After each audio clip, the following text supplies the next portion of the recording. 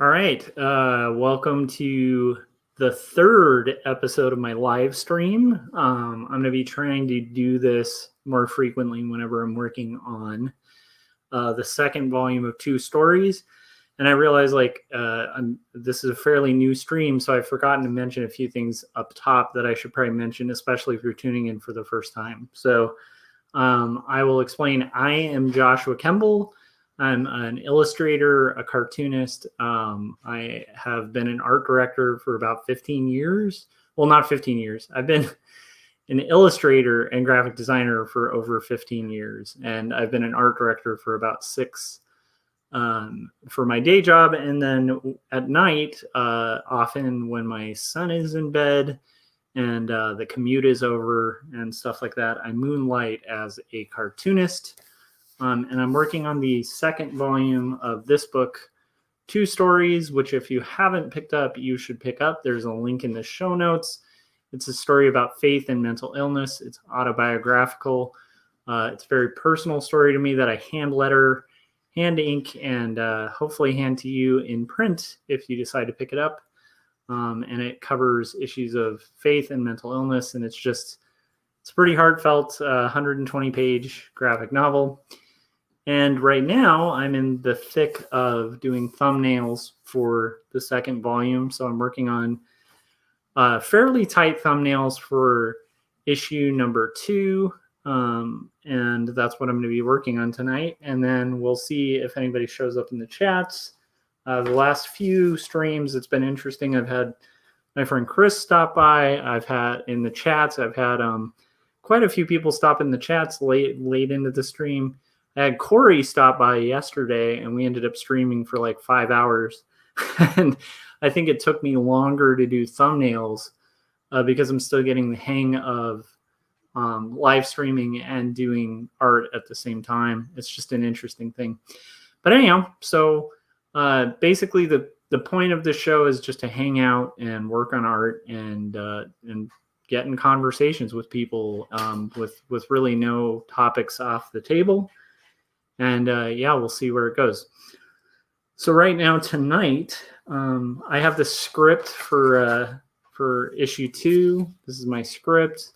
And I think I've explained this before, but I usually create little notes, underline the area that I'm working on blocking in the thumbnail stage. And so I've actually gotten through most of this page, and now I just need to get through this last line on it. Right now in the story, it's this weird scenario where a neighbor kidnapped me and kept me in his apartment. We lived in an apartment where our apartments were facing each other, so there's a spiral staircase. It's second floor apartments, so the only exit is a spiral staircase, and then we have 2 apartments facing each other, one with kind of a psychopathic neighbor. And so right now, after I've made my escape from that neighbor's apartment, we've had this bad experience with the police. They're not taking us seriously about the issue. We're feeling nervous, trying to keep the door shut and stuff like that. And so right now, this sequence is a conversation with my brother, who's an LAPD officer, to try to figure out what we're supposed to do. And so that's kind of what I've started blocking in yesterday, and then we will kind of continue. So this is yesterday's page. What I usually do to kind of speed up the process of thumbnails is I will copy the previous file, and that way I just have a really quick reference to go from for this. So I think I can actually delete a lot of these layers because those are dead layers from older files. And then what I'm going to try to do here is break these panels up so that I can use them for reference to make sure I'm being kind of consistent with the sequential order of stuff, because it's a big problem when thumbnailing or working on sequential art. Is really easy to have somebody in one t-shirt and then forget the t-shirt or the clothes you had them in. And so yeah, anyhow, Scott Circlin's in the chats. He said, great setup, Josh. That means a lot coming from Scott.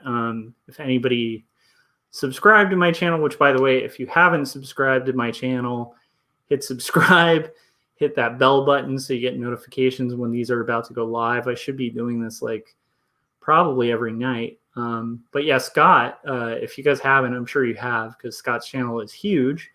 And I do a show called Art Casters with Scott every week, but Scott's setups are excellent. Like his editing and just like it's like the slickest YouTube channel. So coming from you, Scott, I appreciate that.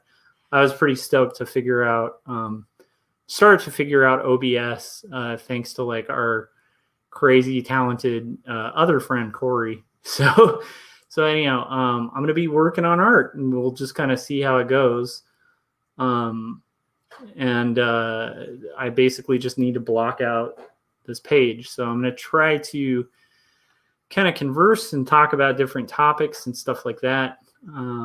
And then we'll see where we go from there. So right now, before I kind of get into talking about anything, I need to like figure out what I'm blocking in. Oh, there's one other piece of information I forgot to mention, like right out at the top. So I'm glad actually, Scott. Hey, there it is. He said he missed yesterday, but is looking forward to checking out more. Awesome. Yeah, so Scott and it actually inspired me because he's doing the 100 Days of Making Comics Challenge, and he started on the first. And since I've been working on this second book, I also am taking on the 100 Days of Making Comics Challenge, because I figured, hey, if Scott's doing it and I'm going to be working every single night on this stuff too, I might as well just say I'm working on the 100 days, because I am. So I'm on day 24 of the 100 Days of Making Comics Challenge. And that is a challenge started by Scott in the chats and my mutual friend, Kevin Cross, who just kind of came up with this idea of, if you're, having trouble working on comics or getting into making comics, like there's a lot of people who want to work on comics and kind of aspire to be cartoonists or aspire to have like things like this, like graphic novels, or like Scott's books, like Young and the Dead. And it's like they get blocked by the idea of it being something you have to kind of carve at daily. And so the 100 Days of Making Comics Challenge is like a way to force yourself to work for 100 days straight for a minimum of 30 minutes a day on your comics. And ironically, if you start doing that, you start building a habit, and then usually it's not 30 minutes. Like, good example, like yesterday, Corey and I spent like 5 hours on this thing. But at least 30 minutes minimum. And then Scott and I are trying to do a minimum of an hour. And then that allows you, by showing up and working on your comics and like carving away like a small amount of time out of your day, the next thing you know, you actually have finished comic pages and stuff. So it's a pretty cool challenge. And yeah. So anyhow, I'm going to get into it. And if you guys have any questions or anything like that, let me know. And in the meantime, I'm just going to work on these pages. So right now, it's like the sequence in the story is this weird, it's a surreal thing writing autobio, because all of this is as true to life as I can be. And so it's like this weird sequence of events where, we're feeling threatened by our neighbor, and I'm starting to think like, this guy like outweighs me a ton. Like, not a big dude. And like, this guy was like a boxer's build. And so I started getting this feeling like, should I get a gun to like protect ourselves? And I kind of threw that idea to my brother, and where we left off on the thumbnails yesterday is like, he's basically saying it's not nuts to get a gun. Like, could you stop the guy physically if he attacked you? And I have like this pause moment. I was actually pretty proud of this. Here, let me pull it up so it's easier to see. But I liked this sequence. Initially, I was just going to have it go straight to here, but then I realized it's better to have like a beat of like considering it and going like, and then going, no. So anyhow, that's where I'm at. And then I'm going to basically work out this next block of text. So while I'm like working on the text, I usually have to read it and type. And if I try to talk and write text at the same time, it doesn't work too well. So bear with me. I'm going to write out lay out this this thing. Okay, so here we go. Okay. I also was really stoked. I think on the first stream I mentioned this, but I'm trying to kind of pull in the old phone trope from comics, where it's like you. It's funny too because right after doing that, so it's like when you have like a lightning bolt separating like two people talking on the phone. And I think I've mentioned this before, and I hope I'm not wrong, but I think I initially fell in love with that style of paneling, like that idea to use that in paneling on a phone conversation on Spider-Man comics, which were like one of my gateway drug comics that got me into this whole strange thing that we do. So I'm trying to kind of bring that trope wherever I can, like into these sequences. I might even end up doing that on the right here, but I'm going to block in the type first and see how much type we are dealing with. So here we go. I've mentioned this on, I think, yesterday's stream, but it's like, it's really important to actually work in your text with comics and try to kind of work out where you're going to place your text. I know artists who work in different ways, but you end up spending a lot of time drawing stuff that is going to end up covered up with text, or eventually having to like alter your panels to fit text over it so it doesn't look visually awkward. It's just way better from the get-go to kind of like block out the areas you want your type to go into so that you don't end up basically like losing more time, which the more you do comics, the more you realize like lost time is a huge deal because these things take forever.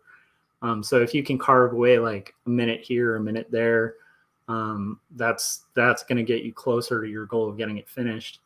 And then the other thing is it just allows you to have better design. It's kind of similar to like a basic principle of design. Like if you're doing like a book layout, it's a good idea to have an idea about what the copy is before you get into even the process of designing, so you can block out areas to fit the type in.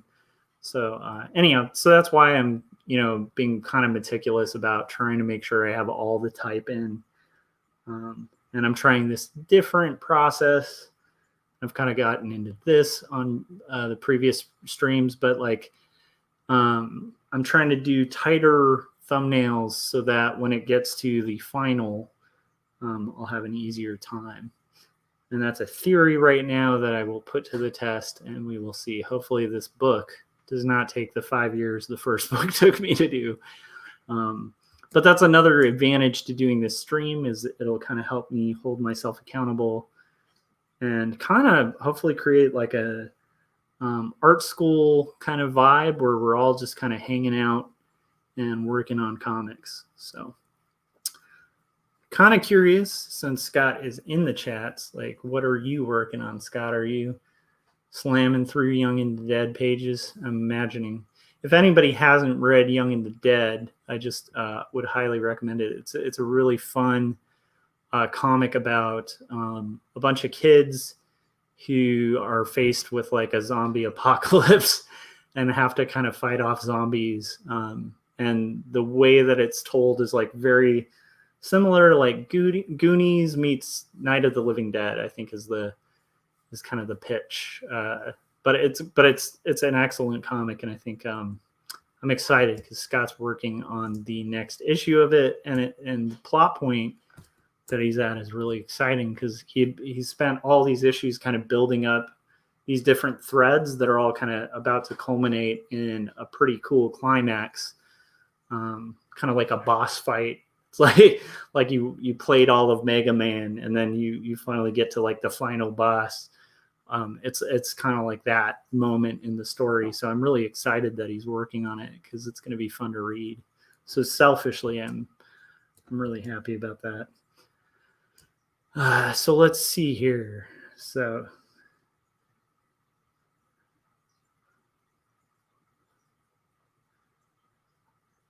So a lot of the process of working on this comic, I've talked about this on a couple interviews and stuff, but it's been weird because in order to do effective autobio, you have to get kind of vulnerable. And it's like, so even this sequence where I'm talking, to someone about getting a gun to protect myself, it's like I'm actually a person who I'm not like a big fan of like the idea of owning a gun. And so it's kind of like one of those, like every moment of this story is kind of like revealing things about myself.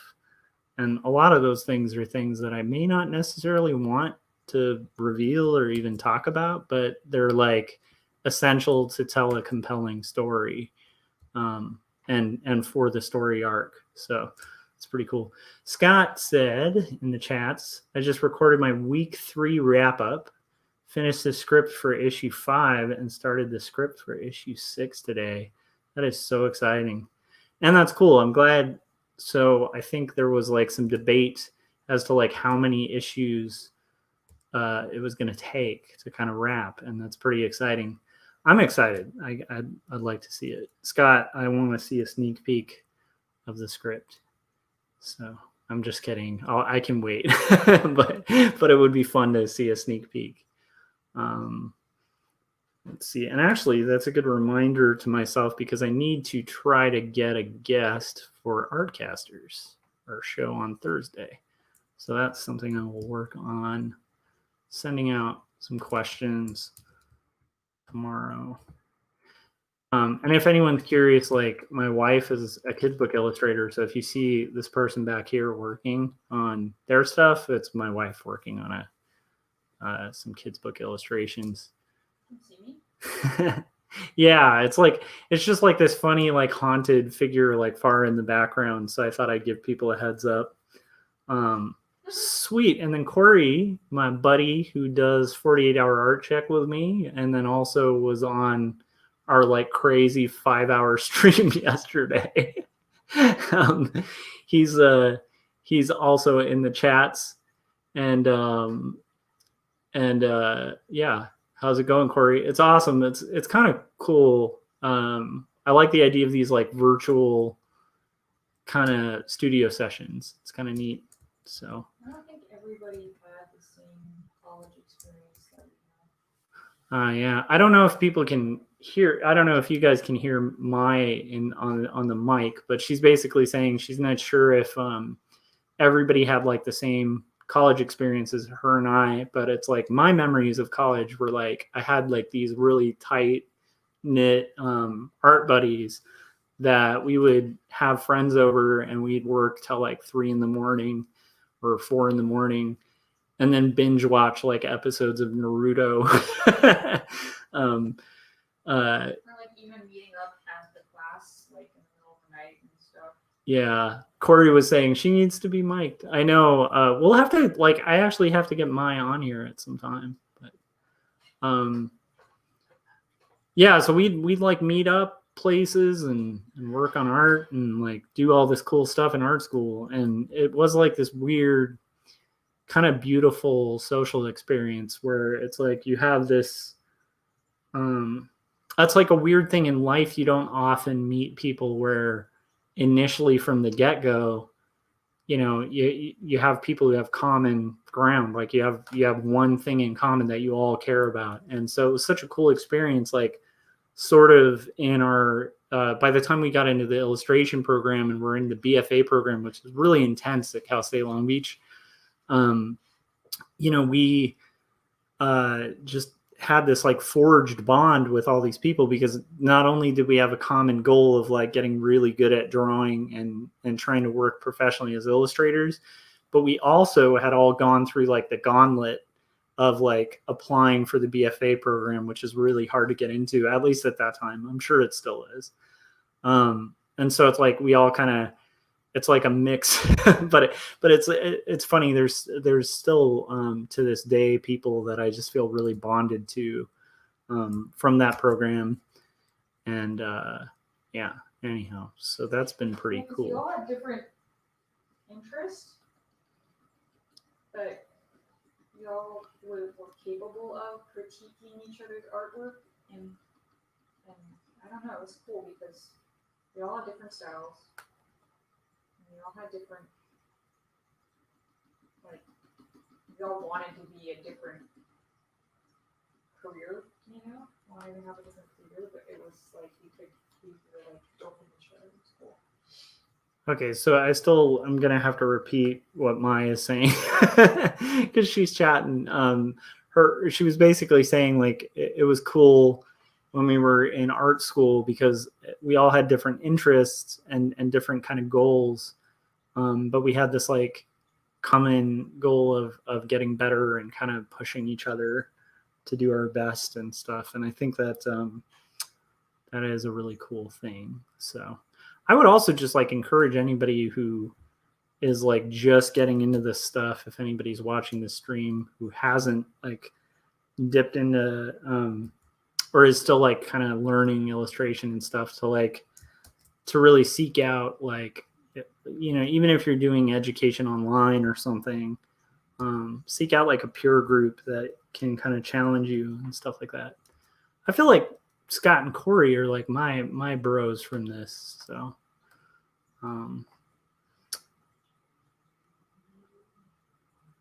this is like a surreal statement where it's like I'm being told to borrow a gun, but it happened. So apparently gun laws are kind of weird. All right, let's see here. So now my question that I'm going to try to figure out right now is like how I can set up this like lightning bolt thing. And then Scott was saying if I want a sneak peek at the script, he'll let me take a sneak peek. I don't know. It's weird. I think Scott, you and I have that in common where there's a part of me that like I really want to wait till it's printed. Because it's just such a like joy to like read a final printed comic. But I have to admit, like my curiosity makes me want to kind of check it out. So I'll have to get back to you on that. but I think my tendency will be to wait till you kickstart it and we got like a new issue out,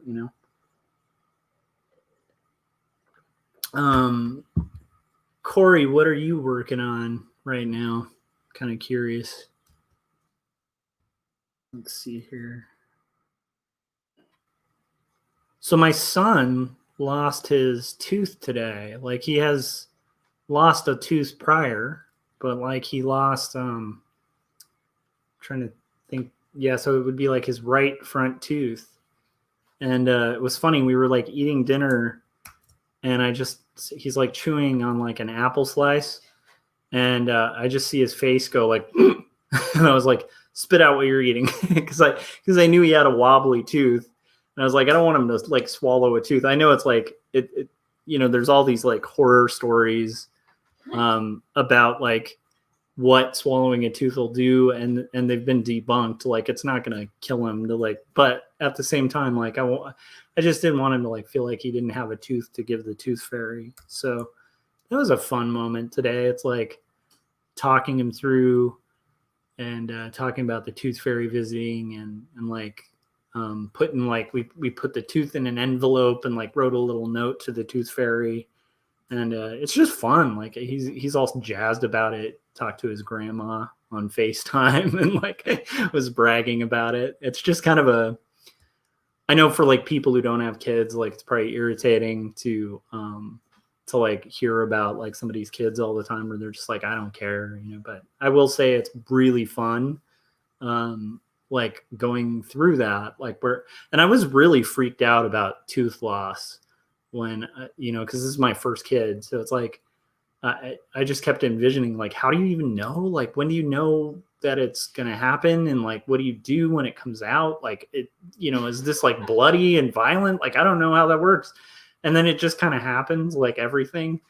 Like, because even when, Ben was like a kid, like a tiny little baby, it's like, I didn't know, I was all freaked out about like diapers in theory. And then you just start changing diapers and you're like, oh, it's just, you just kind of it just happens and you do it. Like it's not like this rocket science thing. But it's funny, in my head, I had built that up too with the tooth thing, where I was like, how are we going to know if it's tooth?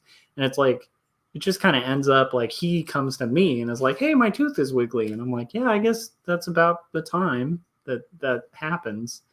Such a strange thing to think about, the fact that as human beings, like,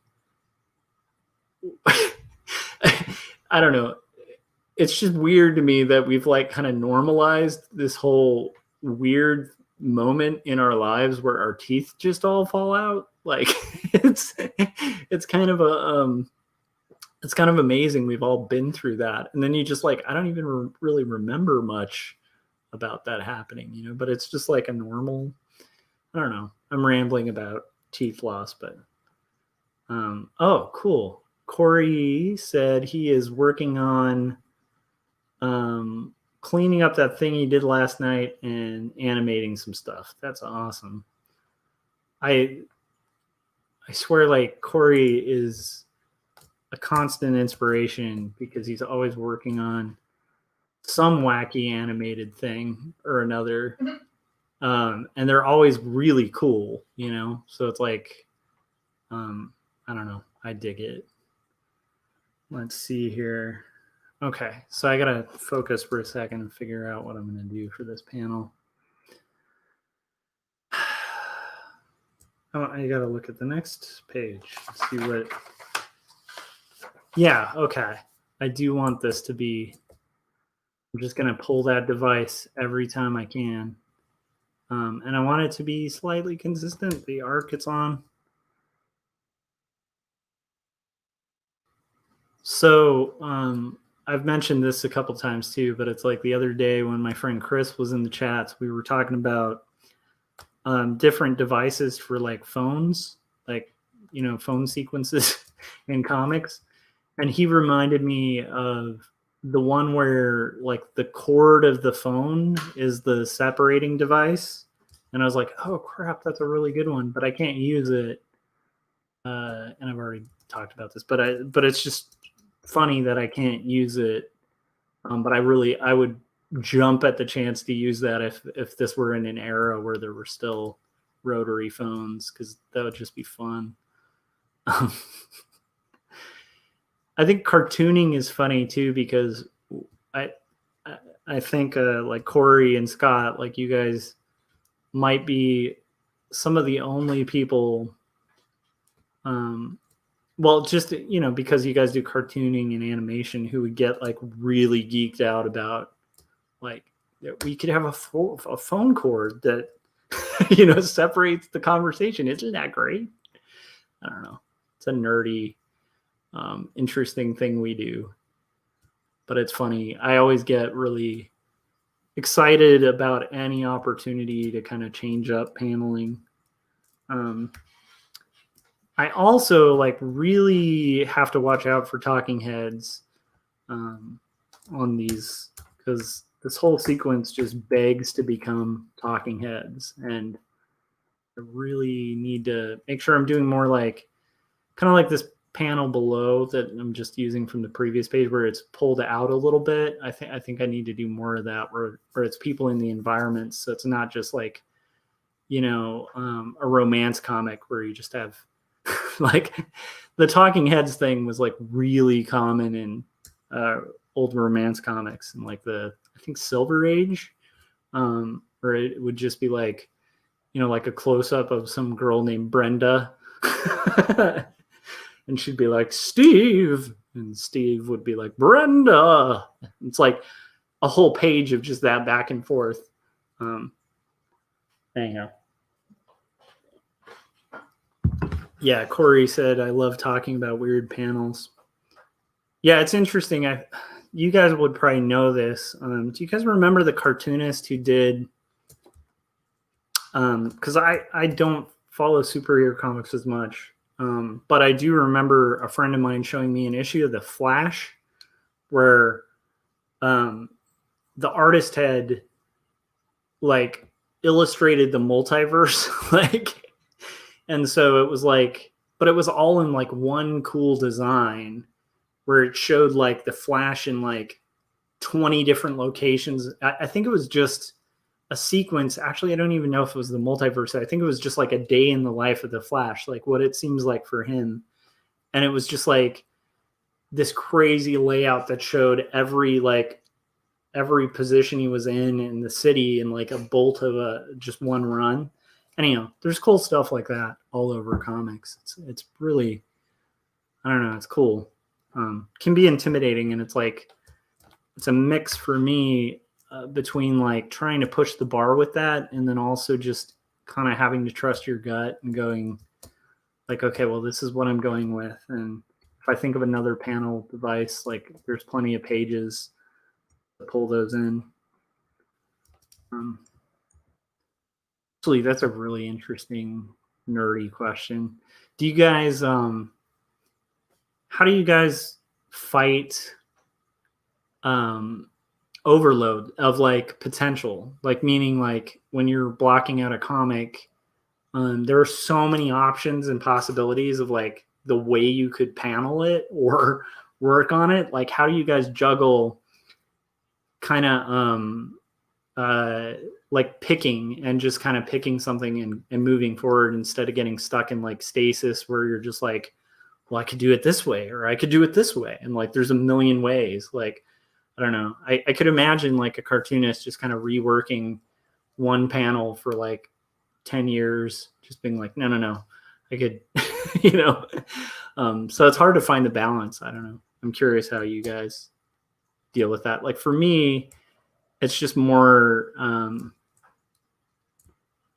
don't know. For me, I think I find a pretty good balance by just like I'll think about it for a little bit and then I'm like, okay, I gotta go with something because this comic at some point someday has to get done. Okay, speaking of, I need to actually start blocking this in. It's funny. Corey and I were on a stream for like 5 hours yesterday, and it was a cool conversation, and I didn't get a ton done. And I realized like I have to be really careful because I love hanging out with Corey and Scott, and it's like I also love getting in deep conversations, and sometimes I'll get totally lost in the conversation and kind of forget like, oh, I'm supposed to be working, you know. So it's like it's this balance where I really. You guys talking about melted cheese last night? We were, yeah. So Mai was asking if we were talking about melted cheese, and yes, I do believe. I do believe like we talked about quesadillas and melted cheese and like political theories, and we were all over the place. Partially because I mean anybody who knows me well knows like I have a tendency to ramble, and it's like rambling with connected threads, but it's like I'll diverge on like 20 different topics. Mai said that sounds like a 4 a.m. conversation. Mai, we're gonna have to get you mic'd up on these if you're ever working when I am. No, because now I can like talk smack. Oh, but like no one can hear you. I know, that's funny. I like that. I guess I'm gonna be Mai's translator. Oh, Scott. Okay, Scott's chiming in on how he deals with like avoiding overload of possibility. I just try to keep a good balance. What I've already done, what I haven't done in a while, what I've never done, what I'd like to do, and let that inform my panel layouts. Totally, dude. There's this guy who is good friends with Jim Lujan, and I met him at like, so Lujan had this like, I mean, you guys know, he had this meetup called CLAM, CLAM,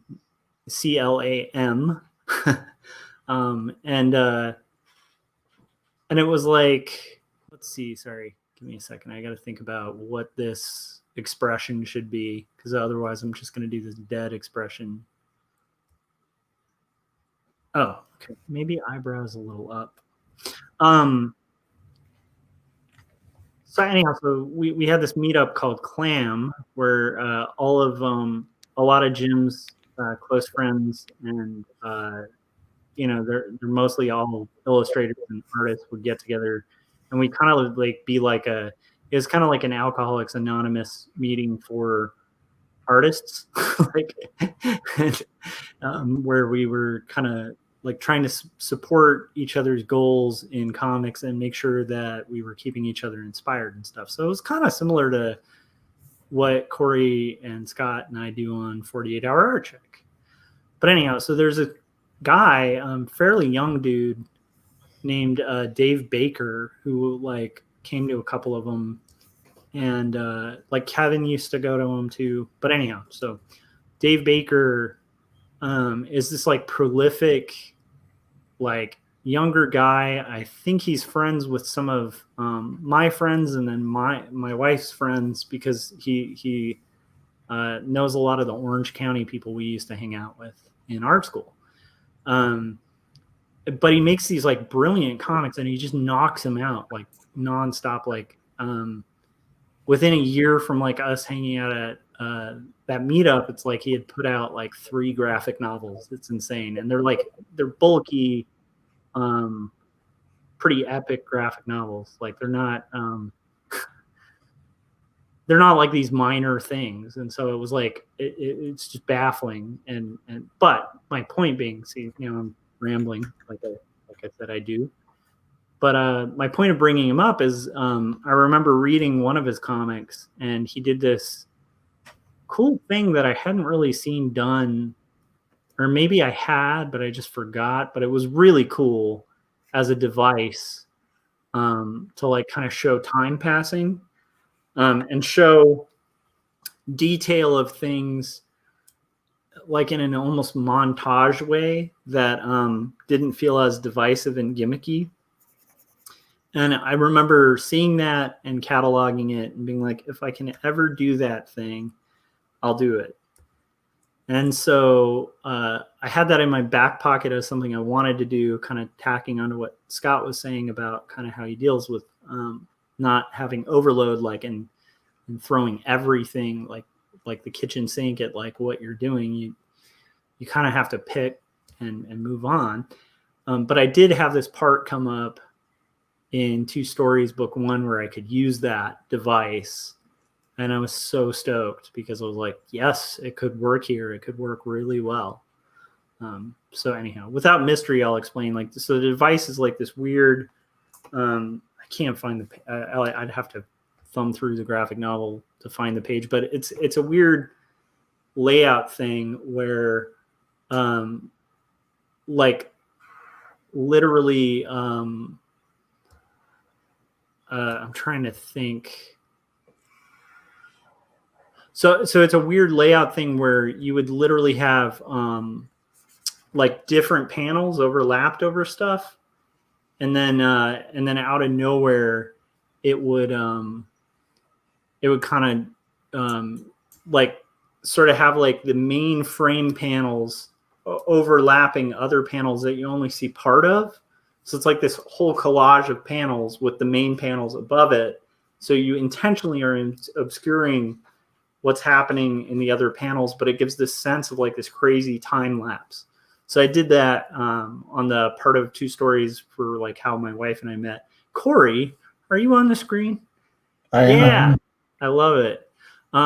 Scott, you're also welcome to join us, dude. If you want me to send you a link, I think you have the link because but if you don't, let us know and we'll shoot it to you.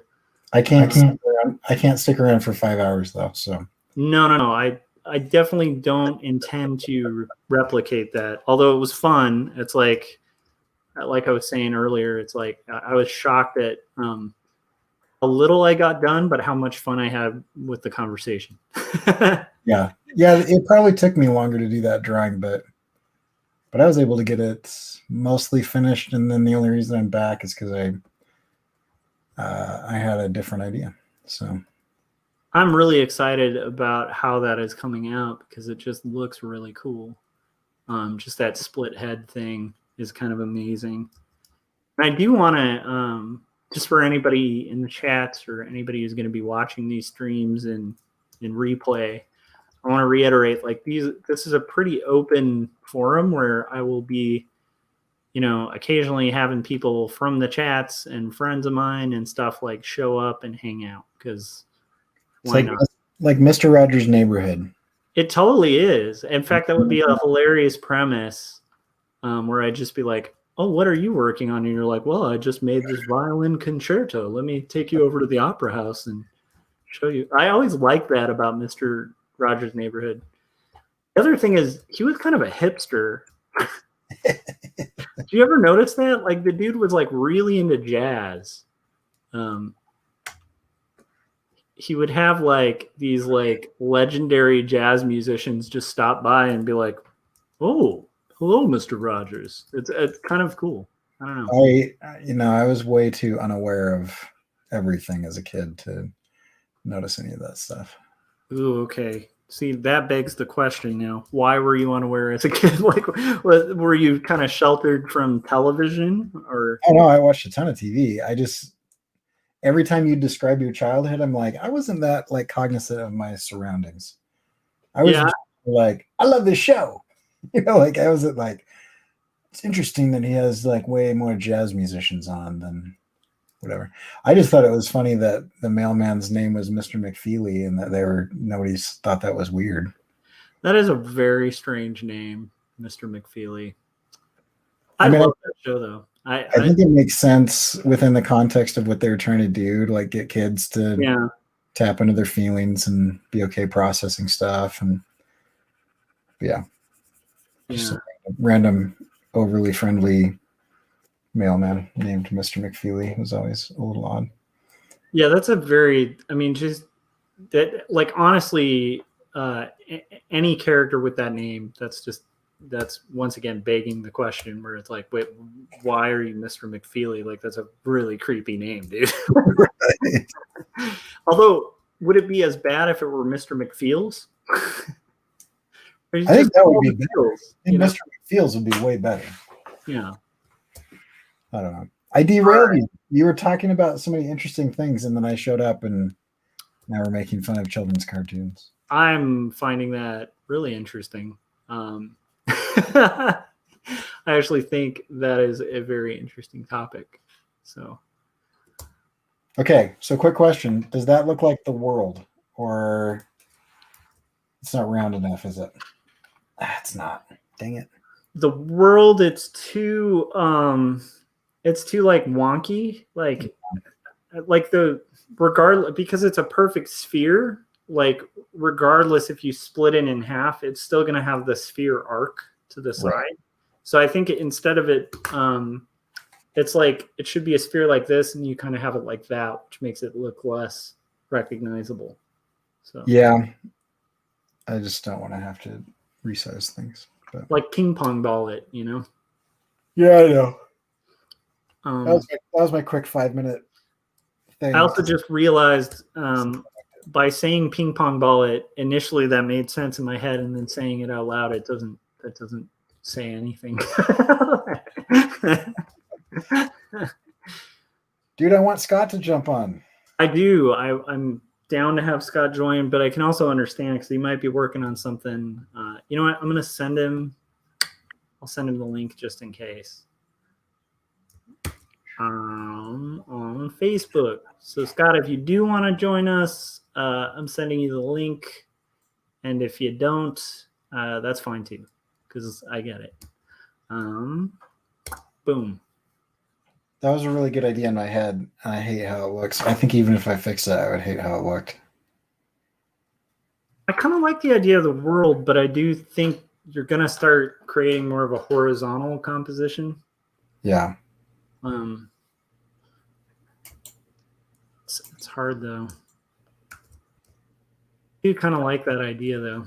Yeah, I think it would be interesting to do, like, because that kind of changes the meaning to more of like, you know, we're individuals and yada, yada, yada. But I think, you know, maybe doing like, you know, globe, city, crowd, person or something might make more sense. I don't know. I just realized I drew a guy talking on the phone without him talking on the phone. He's just talking. It's a little strange. Like, I wonder how effective all of this is going to be if I keep jumping on because of how little you got done last time. I think I'm gonna get more done now because I'm keeping the game in mind, and it's something I need to get used to because I'm gonna be doing these streams a lot. So Yeah. It's just more of like, like once again enjoying the conversation, but just art schooling it, where it's like, hey, I got a deadline, you know. So it's similar, a similar vibe. It's just been a while. The other thing that's weird that I kind of have found very strange about this whole process initially is just getting used to like sort of streaming without an objective, you know, is a little interesting too. Where it's like Mr. Rogers, where it's like you just have to be like a jazz musician who's just showing up to Mr. Rogers' house, and you're like, I've just composed this crazy session song. Would you like to hear that? Well, I would love to, but before hearing that, let me sing a song to these people watching us. I always thought that was such a good show, though. And it's funny because it holds up. My son watches it, and that's actually when I noticed, like, I didn't notice all the jazz musicians and like kind of that he was like a little bit of a hipster. I didn't notice any of that until my son was watching like reruns of it and stuff, and I was like, oh, holy crap, like it's pretty good. As a kid, I think stuff I thought was cool was like when he'd like go to a crayon factory or something, you know, and you're like, oh, that's rad. Which, by the way, even now as an adult, like there was a Crayon Factory episode, and I swear I could watch that like a million times. Like there was something really amazing. As much as both you and I, Corey, rail against automation, there's something really cool about seeing the mechanics of a factory like that, where like, like it's like pouring wax into molds and then like spitting out these molds, and like, you know, you have people like dumping in powder for the dye, and it's just this whole crazy process just to get this like tiny little crayon. I'm cool with people automating stuff that doesn't, I don't know, that should be automated. I think assembly stuff and manufacturing, a lot of manufacturing should be automated. But when you try to start automating thinking things, I think that's where it becomes a problem. It's going to be interesting to see how that's dealt with in general, because it's kind of coming. It's like I literally I just misused literally, which is why I chuckled, because I hate misusing literally, but I totally literally just did that. But anyhow, so I was picking up like a Happy Meal for Ben, and like, I don't know, it's because the McRib was there, and I hated myself that day. I was like, I'm going to eat the McRib and I'm going to hate myself for like 5 days afterwards, because that's what you do when the McRib's out. Why are you required to hate yourself at that point? Because it's terrible. It's like the worst. Like it's just like a big processed slab of like whatever. It's not even pink slime. I don't know. It's some molded just beef processed thing. Anyhow, but point being, also just I never feel good after eating McDonald's. I always feel like the post McDonald's feeling. But anyhow, what's up? PMF, post McDonald's feeling. That's a totally good point.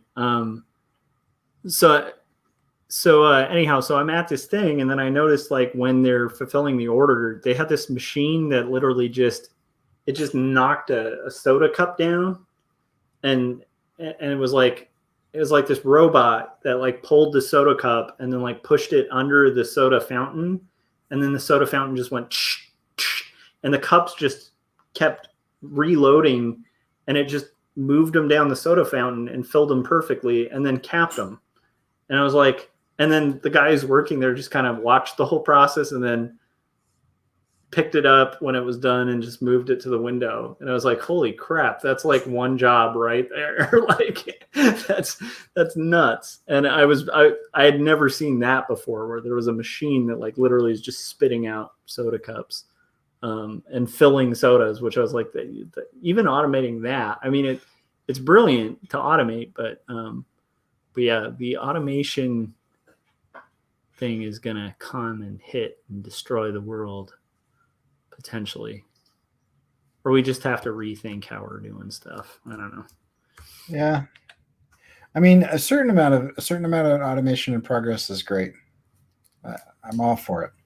I mean, like we're saving kids from having to stick their hands in the machines because their hands are smaller, whatever. So like that's all good stuff. But like at a certain point, there'll be a tipping point where it's not going to be that good.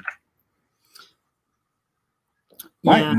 My main thing is not that automation is bad, but that if you don't prepare for it, Yes. it's going to surprise you, and you're going to be like, whoa, where did this all come from? Yeah, and I think that's kind of yeah, I agree. I think that's the main issue is like, people need to be aware that it is a thing and it will be a thing.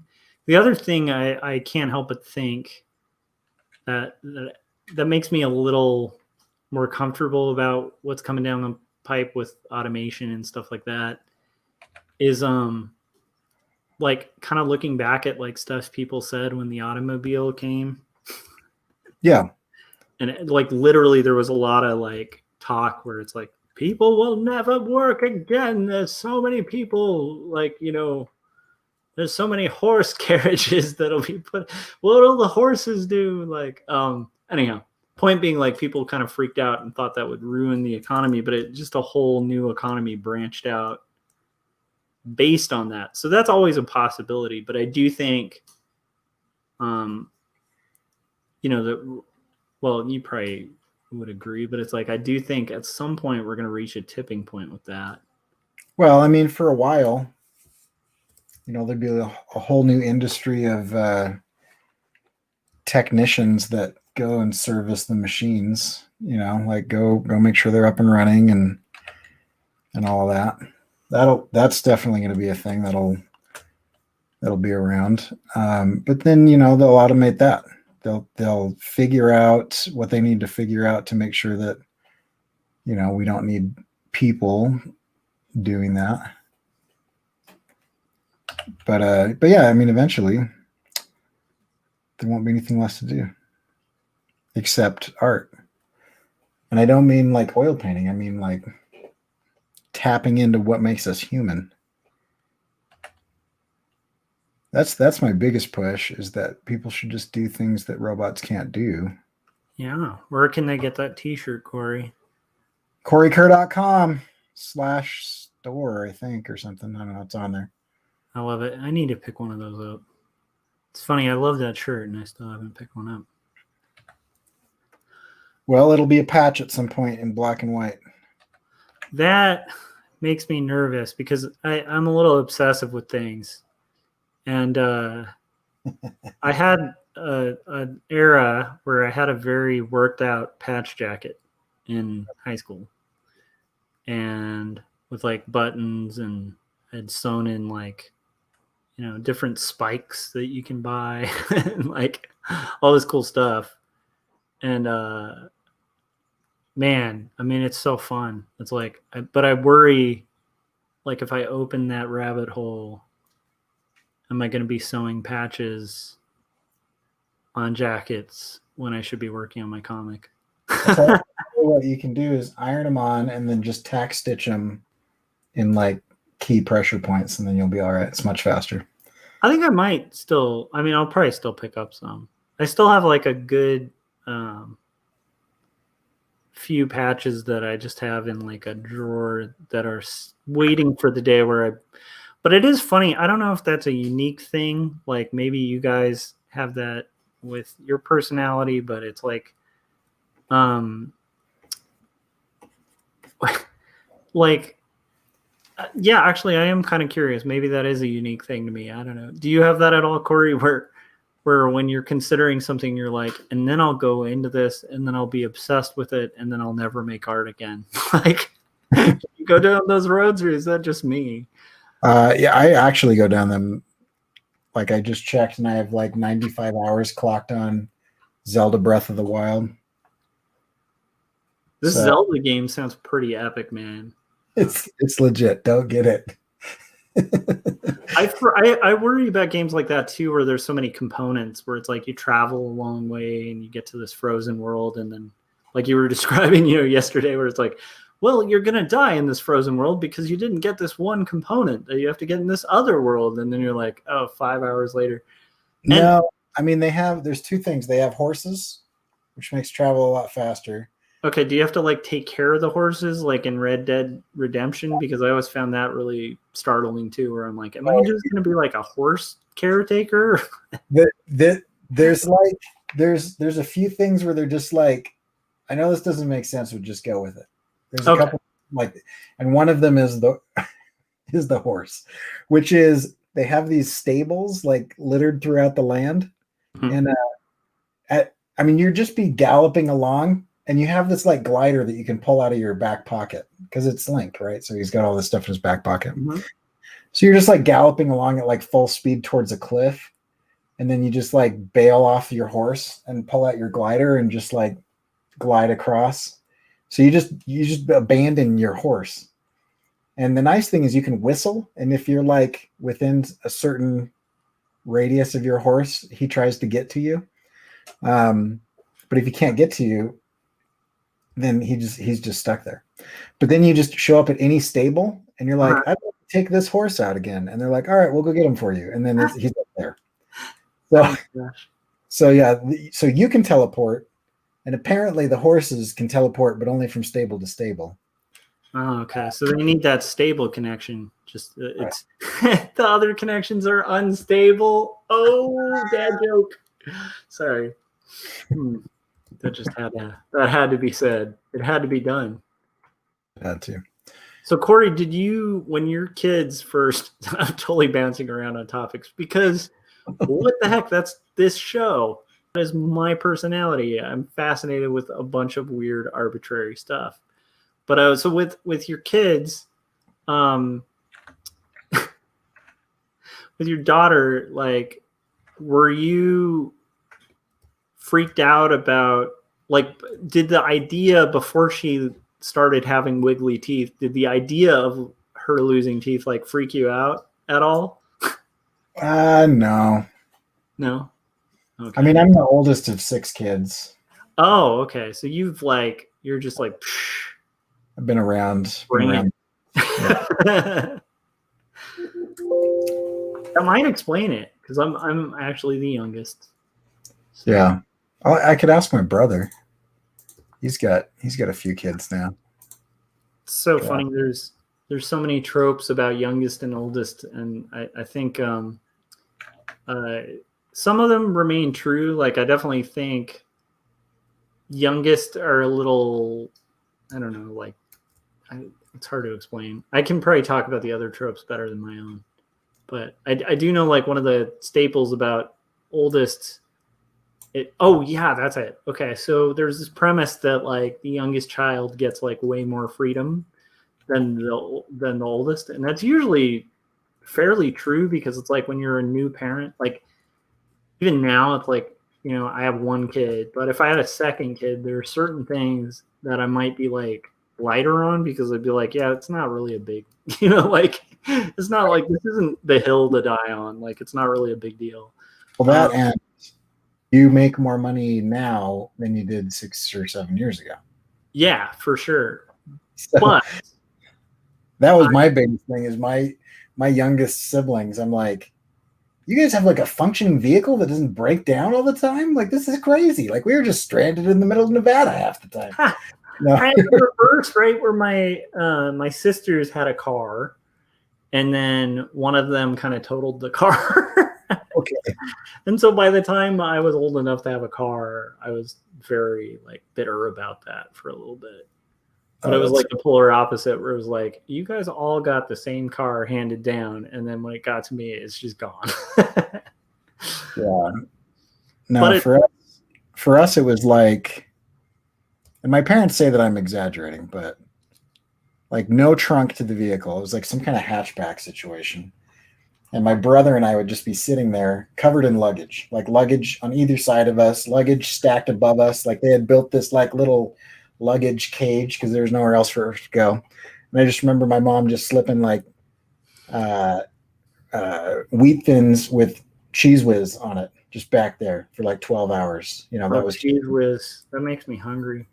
And then we always end up talking about cheese, Corey. It's a huge part of my life. Cheese is one of the joys, I think, of existence. I am totally one of those people who, like, if I'm at like a microbrewery or something, there's like some artisanal cheese thing, I'm like, I will rock that business. I do not care what these cheeses are called. I want to inhale and eat them all. It's the ones that are like, I had these in Scotland. This might be why I was lactose intolerant for 10 years. But it's like you show up to this they have these cheese shops. It's like a corner shop. Nice. Maybe like a 10 by 10 room. They're not big. Mm-hmm. Like the Monty Python sketch, like the cheese shop kind of thing? I haven't seen that one. Oh my gosh, look it up after we're done. Okay. You'll crack up. It could be exactly like that because you just walk in and there'll just be this ancient person sitting there. And they're just like, and you're like, okay, so, you know, what's good here? And he starts giving you the history of these pillars of cheese. Like I remember this cheese pillar that was like 5 feet tall. And he's like, well, this particular cheese has been aging for 76 years. Napoleon had a slice from this section of the Tower of Cheese. Yeah, so you would just buy a wedge of cheese that is like the moldiest, and it's got like bursts of like, it looks like tiny little like 1 inch in diameter like cauliflower bursts of like cheese mold. And sometimes it's white and sometimes it's blue, and like, I don't know, somehow it's different than when my cheese goes moldy in my fridge. I'm not sure how that works, but anyway, and you eat that and it smells awful, and you smell awful for days after having it, and it's incredible. And it's super expensive. It's like, it's not cheap. Like you get a little, like, you know, it would be like a third of a normal slice of pie, and it's like $25 or something. But you know. Yeah, it's one of those things where, you know, often I'll be like, you know, sometimes I'll fall prey to the idea of like, I know when I was younger, I wouldn't have handled like wealth well, you know? Yeah. But like, I will fool myself and be like, well, I'm older and wiser, so I could probably handle a little more wealth. But then I think of things like cheese. And I'm like, I would probably, like, if that weren't outside of like my budget, I would probably be like, yeah, I'll take 12 of those. You know, like it's like, that's the part where I realize like it's probably fairly easy to burn through like a crap load of money if you have a larger pocketbook, because it's like there are so many really tasty and interesting, expensive things that aren't like status things. They're just like they actually taste better. Like I remember having a moment where there was like this meetup for Threadless where like a bunch of the alumni back in the day used to go to like a wine tasting thing, right? And the owner of Threadless, your experience with Threadless and mine just drastically different. Sorry, go ahead. Well, a lot of this was like from people kind of organizing it in the forums too. So it's like, it was like the weird little community, you know? No, I was there. I just sucked back then. Yeah. Well, I don't know. Based on my designs, nobody would have invited me to a wine tasting charcuterie board get together. Oh, I don't know. You know, it was cool. So you kicked in like $20 or $30, and then like it was like a day of just doing wine tastings. And then the funny thing was like at the end of the day, like the owner of Threadless was just like, yeah, so we have like, you know, they basically told us like we have like $1,000 left in our budget because we were at a bar after it, and he's like, so do you guys want to order like $1,000 worth of drinks?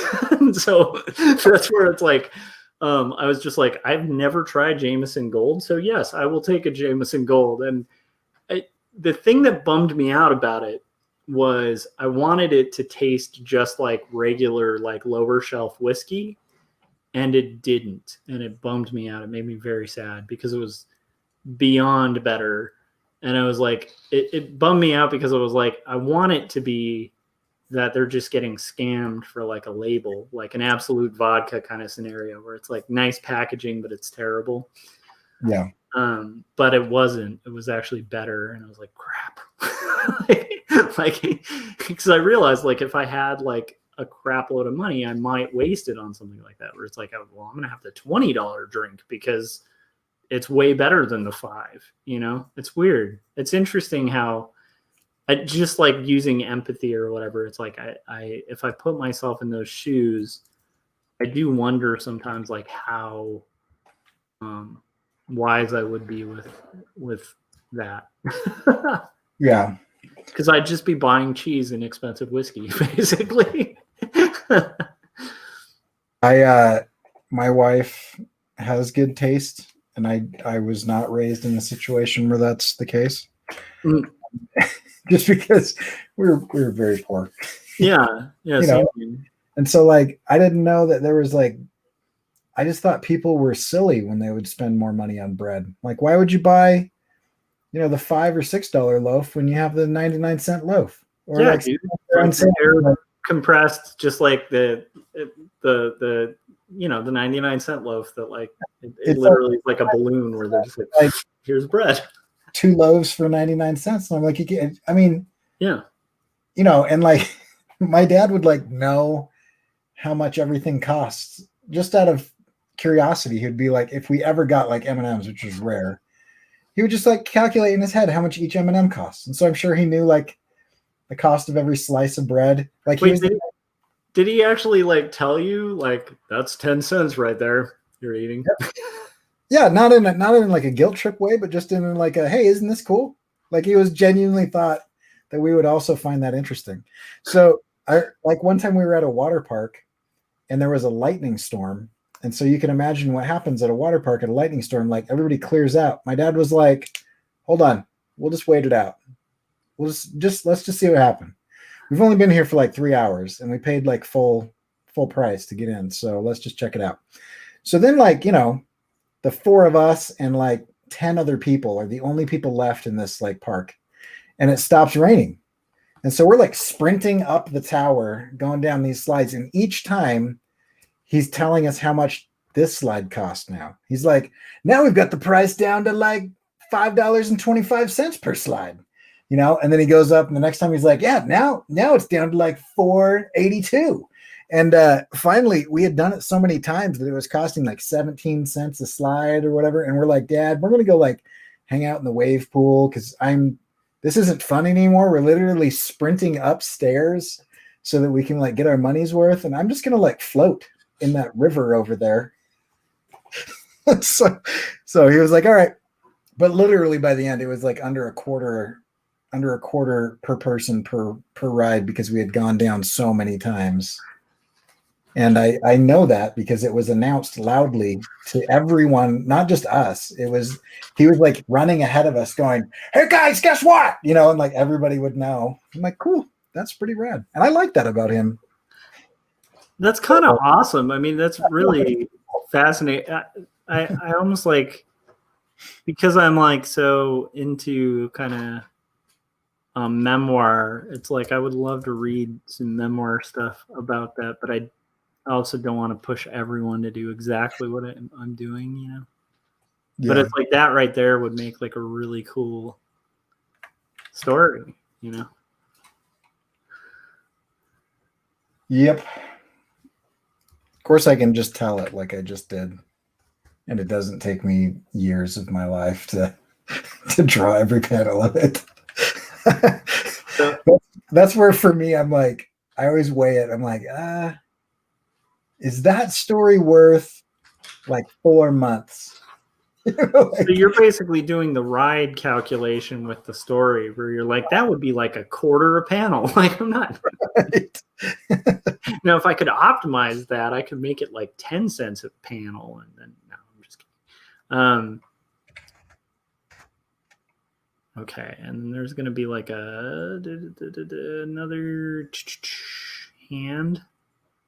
So I am trying to stay focused so that I can knock this out. That is my goal. Woo. Although in reality, I just did, I've done almost 3 panels, so this might be another hour or so. And once again, no obligation. Oh, I'm definitely bailing. Yeah. Good. My wife is out with her sister, and as soon as she gets back, I'm jumping off. Nice. So, yeah, I'm digging that thing though. Like, so are you gonna do that as just a patch, or are you gonna do a color version of it, or because I do like it as black and white. Yeah, I could color it, but I don't know. If I did, I'd probably do weird colors like blue skin and probably make it look like Skeletor, like a yellow skull with like blue around it. I just like that color combination. But I'm really just trying to figure out like what text I can put next to it, or if I just say it is what it is, you can make of it whatever you want. But I might do another one with like a different thing on the inside that's not like a little kid. Yeah, that's not a bad idea. Oh, Corey, okay. One question. OBS. Yes. Does it make your fan like lose its crap on your computer? Well, I mean, I built my computer from scratch, and so my computer case is like a cheese grater. It's like full of holes, so it's got pretty good airflow. Okay. And I have a bunch of fans in there that operate all the time anyway. Yeah. And so my computer doesn't get that hot ever. Do they kick into high gear though when you're on OBS? Because I noticed that my fans, even when I'm working in After Effects, it's like not really a big deal. When OBS is running, the fan is like a little louder. And I looked it up because I was like, oh crap, is there something wrong with my Mac? And it was like, it was just a common thing where people were just like, yeah, that's just OBS. Oh, yeah. I don't know. I hadn't noticed. Huh. Well, that's good. I'm glad to hear that. Maybe my computer is melting. It could be a Mac or PC thing, you know. It's probably a Mac thing. Who knows? Did I told you about the adventure that we had to fix Mai's Mac? Did I tell you about that? Yeah. That was insanity.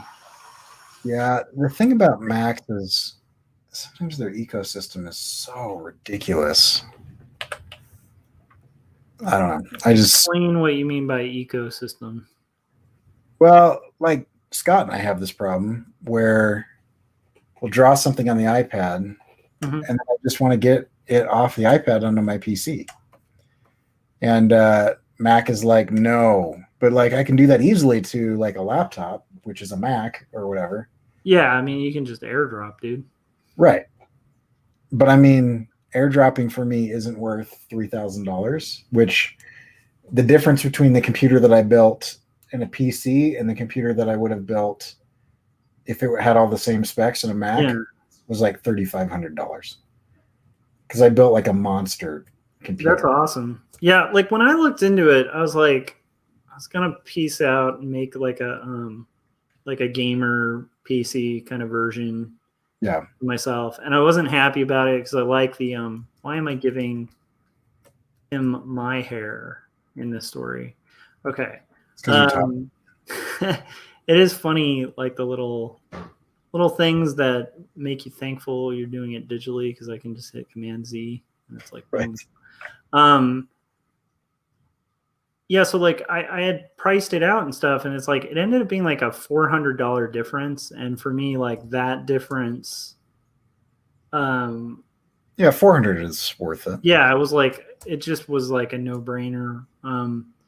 What's interesting, and I've just seen this on their site, and I'm really curious about it, is they just released a new Mini, Oh yeah, and it looks like it's upgradable, and then they also have new towers, which I'm like, I really, love the Mini. I had Minis for years. yeah, and those are pretty cool. So I'm kind of curious if maybe they're going to bring some of the quality back, because yeah, it is like it's pretty untenable To not be able to upgrade your computer, it's just ridiculous. Yeah, I mean, I don't even mind that as much in the sense that because every time I've owned a Mac, like, I've been on iMacs for over 15 years now. And like every time I've been on one, it usually lasts me like maybe 4 to 6 years. And that's pretty good mileage for a computer, Yeah.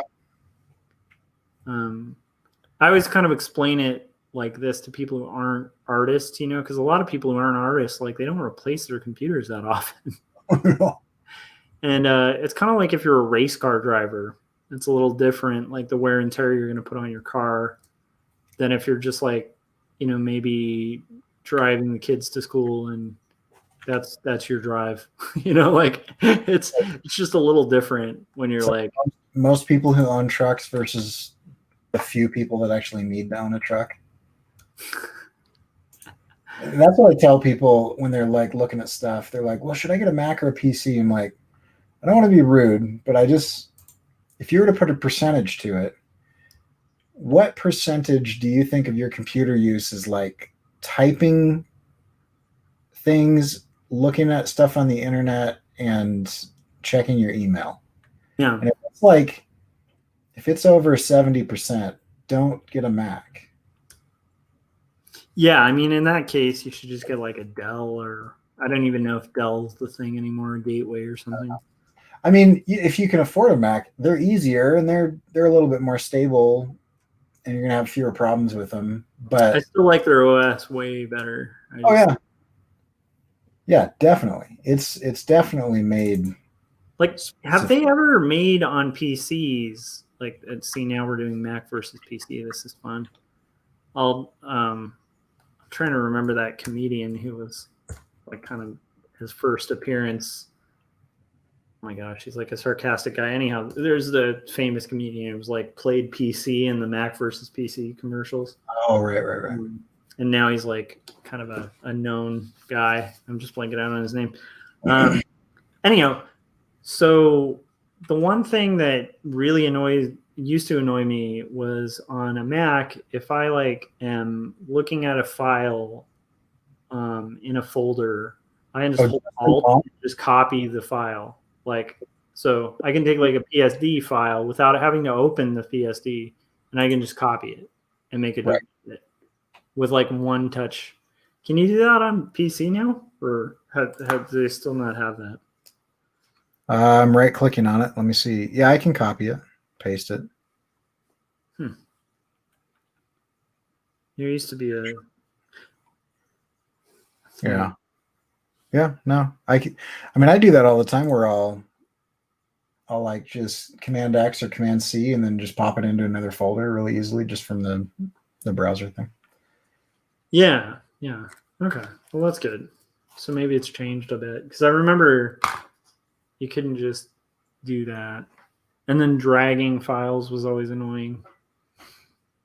I don't know, but maybe it's.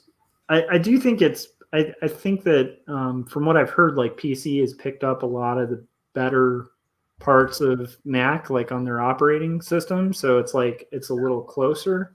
Oh, they've been ripping each other off for years. I mean, there's an old interview where it was Steve Jobs and this is going to be silly. Who's the Macintosh or the PC guy? Windows. Why am I blanking out on that? That doesn't make sense. It's because I'm blanking on it. Like all the QAnon people think he's like the devil and running. Right. like the adrenochrome stations or whatever they think. Bill Gates. It's Bill Steve Gates, thank you. I was like, I knew that would help us remember. He's like in every conspiracy theory online. Dude was a pretty merciless businessman. Scott just jumped in. He's like, Like, Bill Gates. Bill Gates.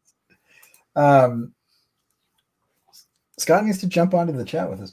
No, but there's a conversation. Oh, he texted me. So he was saying he was. It's kind of like I thought. He was working on something else that required him, and then like he's probably gonna go to bed in like 10 minutes or something. So, fair enough. You should still join us, Scott. Join us. 10 minutes. I'm probably gonna be off by then. Yeah, it's true. Could be like a 10-minute hi. Hello. That kind of thing. Anyhow. So you were saying Bill Gates. Yeah, so Steve Jobs goes to Bill Gates and is like, we can't figure this out. Like there was a part of the operating system that they just couldn't figure out. So they paid Microsoft like $50,000 to write them some code.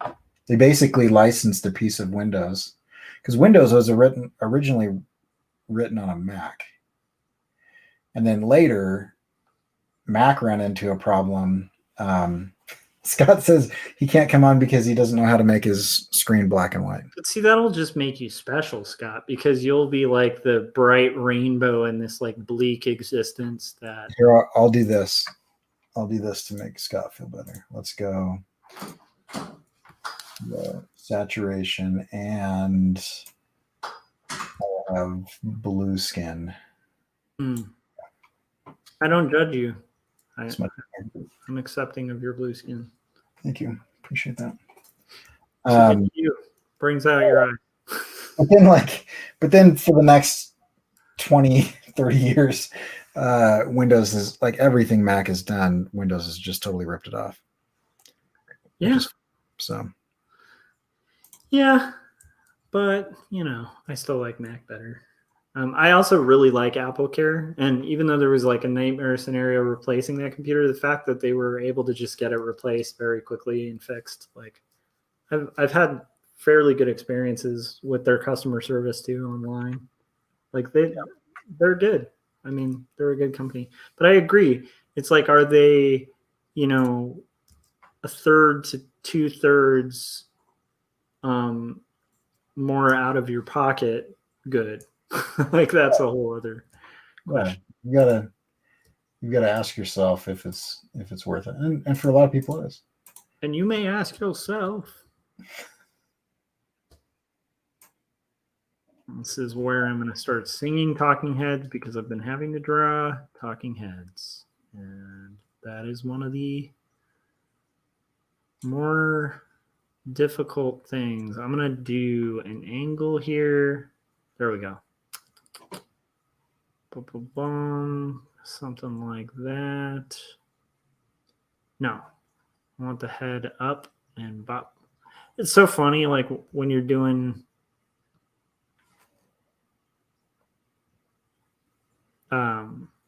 like framing kind of stuff and you're just doing these like weird lines. I can imagine people looking at it like, what the hell is that?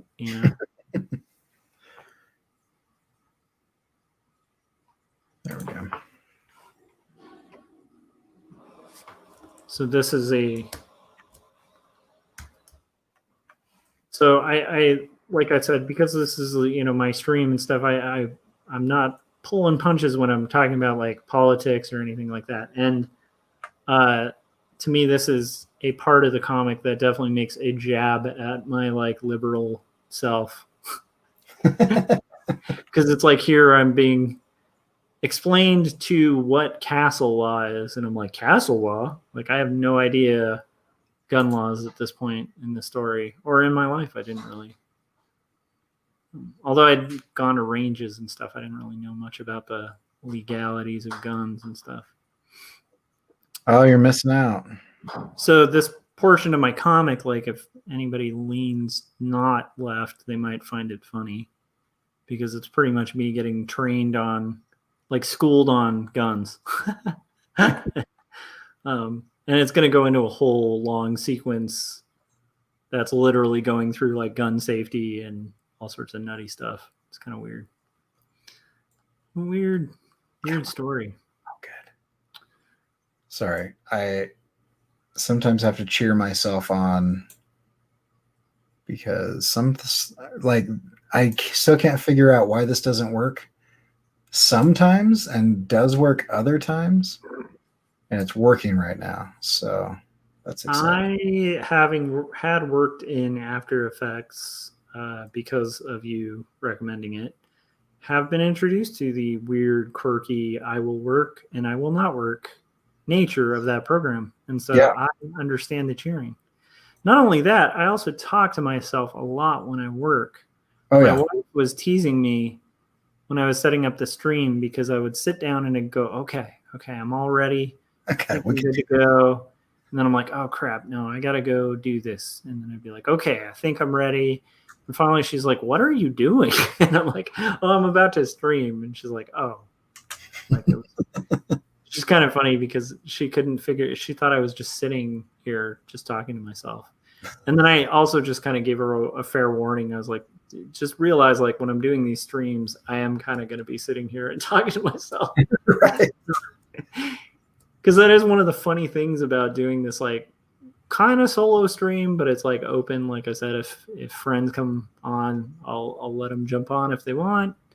But it's like, it is weird, like that first moment where I'm just sitting, like talking to myself. It reminds me of vlogging, where it took me, when I started vlogging, it took me like probably like 20 vlogs to really get comfortable just talking to a camera with like no, because at first you really feel like you're just talking to yourself, you know?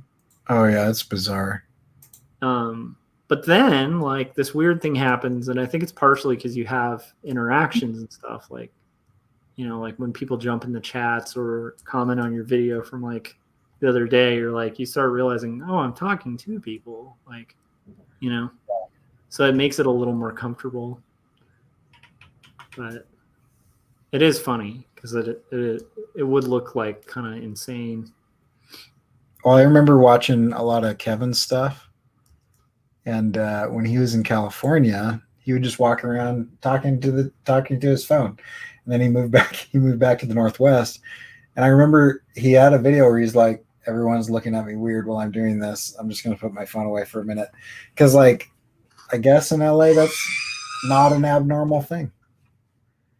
And I forget that R2D2 thing is your phone, right? That is my wife telling me that she's home, so I'm going to go. That's pretty amazing. All right, dude. Well, thanks for hanging. That was fun. Yeah. Good I'm seeing you. excited to see your animations, and I think that patch came out pretty good. Get my mic'd up next time. I want to hear what she's saying. I would love to. We'll see. She's a little shy with that kind of thing. So just do it without her knowing. Like that'll really add a lot of trust in your marriage. Just have just like a boom pole, shotgun mic pointed at her. Mm-hmm. Always a good thing to record people without their knowledge, like to build trust. And yeah, I hear most people really enjoy that. It was pretty funny when she was talking, though. I was like, you know, like maybe we can get you mic'd, and she's like, but then I can't make fun of you. No, please do. That's why I want her mic'd. I'm like, I'm down. Let's bring it. Okay. Yeah. Okay, I'm going to render out 30 seconds of this and hope that my computer doesn't crash. I'm really excited about Breaking the Chains. I need to watch your last episode. I have not. Oh, man, my last episode was a while ago because I have not been doing great on it, but we're getting there. But yeah, but this will be interesting because it's I'm just rendering like a bunch of like close-up shots of people talking so that Jim has a bunch of footage that he can cut dialogue to. So there, and then renders, and we'll go. So he's cutting the dialogue to the moving lips, or just to the sequence, like tiny. Some of these characters, we're not being as Let's see. Jock Bro talking close-up shot. When you were talking about the extra close-ups in the fight sequence, it made me really want to see that. Oh yeah, I like your suggestion of the Ren and Stimpy style close-up of the fat. fat. Yeah, I think that's going to be great. Amazing. But yeah, anyway, I will have him. This guy's mouth doesn't sync up with anything because we're trying to make him like a really cartoonishly annoying and large character that's just kind of floppy and gestures all over the place. And so I just have his mouth just like whenever he talks, it's like Barney from The Simpsons, just blah, blah, you know. And so you can kind of put any dialogue to that. That's true. All right. That will now render for 23 minutes for that 30-second thing. So, rendering. That's the time to step out. All right. Well, Corey, thank you for joining. And if people want to check out Corey's work, go to coreykerr.com. Yeah. Thanks for having me. Yes. Appreciate you being on. All right, man. Let me switch back to my solo stream. So, I like that. Gamma rays. That's pretty cool. That was in relation to Corey's awesome screen color. So we're at about an hour and 30 minutes, and I am trying to stay the course and get the rest of this page blocked out. But I might step out for a second for a brief intermission, and I will be back. And as I have been doing on this stream, I will keep this running. So know that I will be back in about less than a minute. But I need to get a coffee refill. And so I'm just going to finish this panel. And then I will be right back with you in a second. So if you're in the chats, bear with me, or maybe this is a good time to take a brief break and rejoin in a second.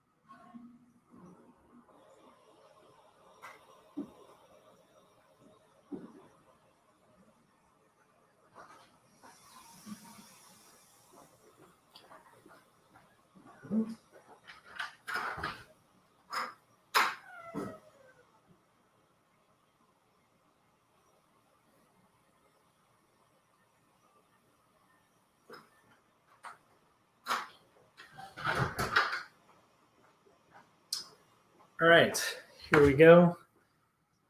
Gonna get a coffee refill.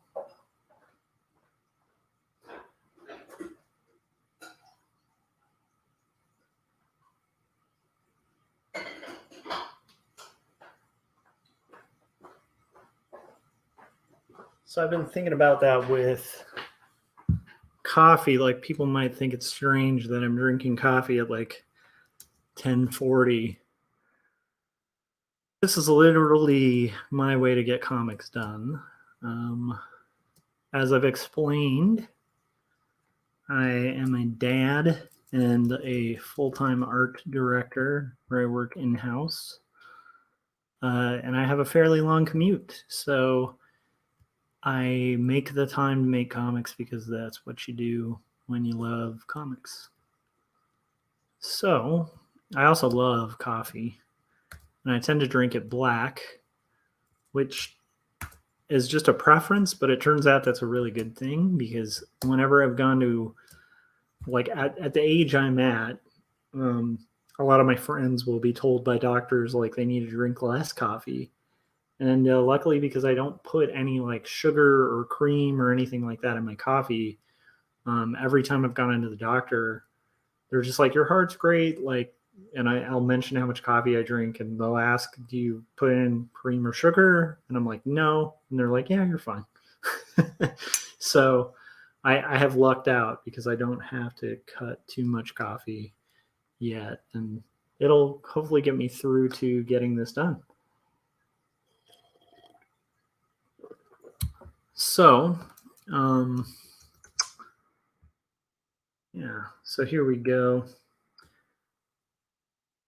Okay, I gotta write this dialogue, and then I will hopefully get back to kind of some conversing about comics and life and stuff like that. Oh, this is some good news. So, some people may not be aware, especially since I haven't done live streams like on a daily basis in a while. Like I haven't done like a vlog or anything.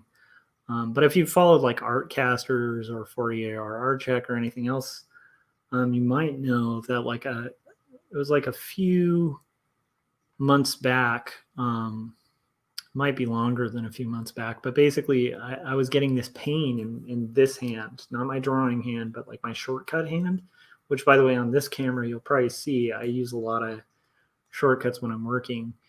When you work digitally, that's just what you do. Hang on a sec.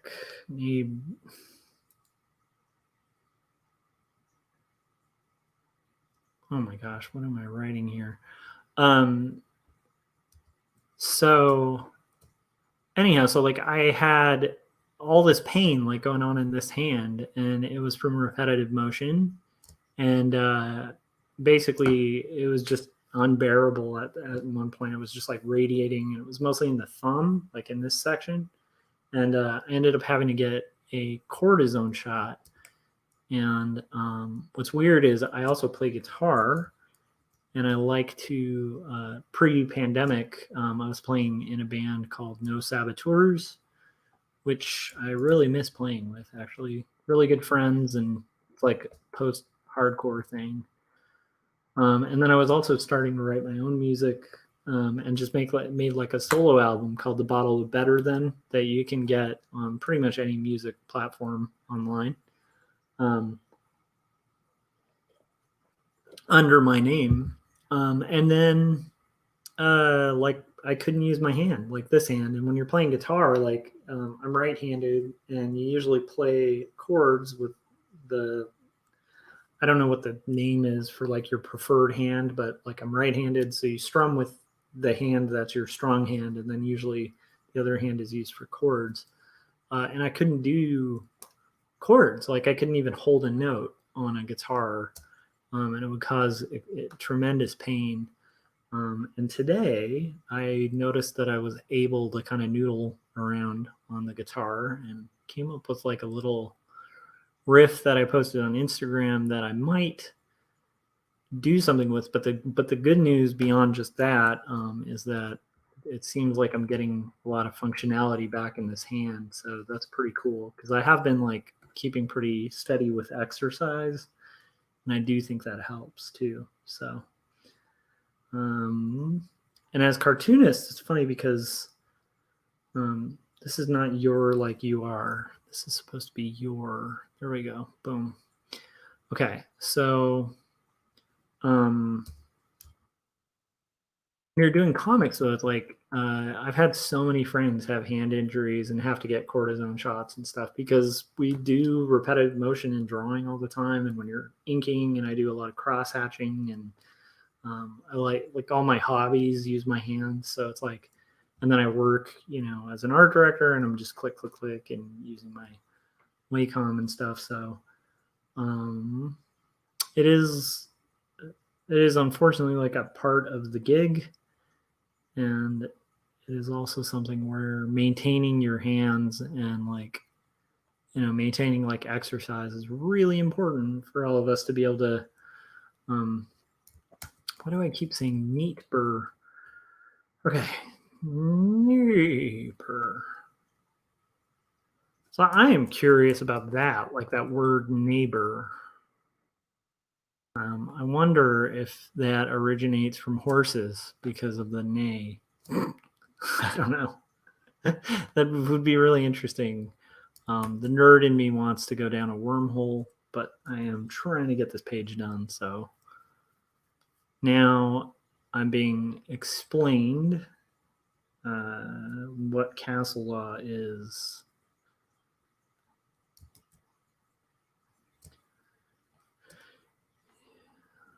So if a neighbor steps foot in your door and you are okay.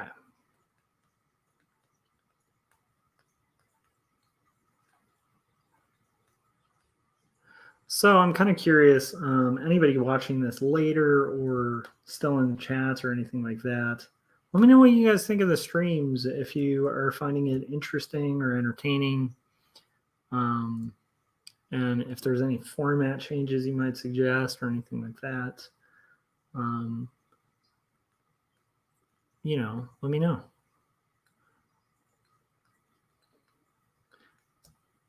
I think the most fun these are going to get is when I'm at a point where I'm inking, because for me, I find that to be the least brain consuming thing. Like, you're engaging your mind when you're doing it, but it's like there's something really flowy about it.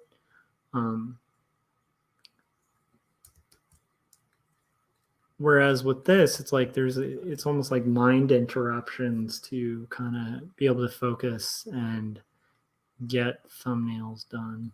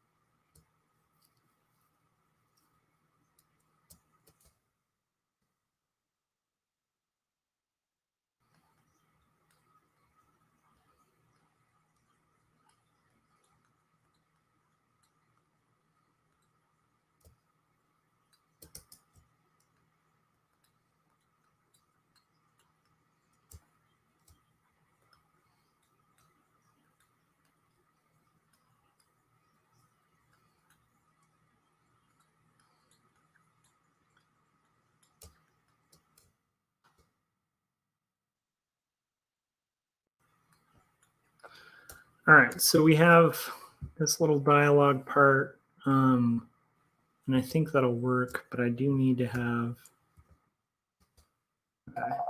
trying to think of where I can have that hand. Oh, Scott's taking off. Have a good night, Scott. Thank you for joining me. And what I'm going to do is basically, part of why I wanted to look at this is like, what would be a more natural way for me to turn this head? And I think I'm going to turn it to the left a little bit.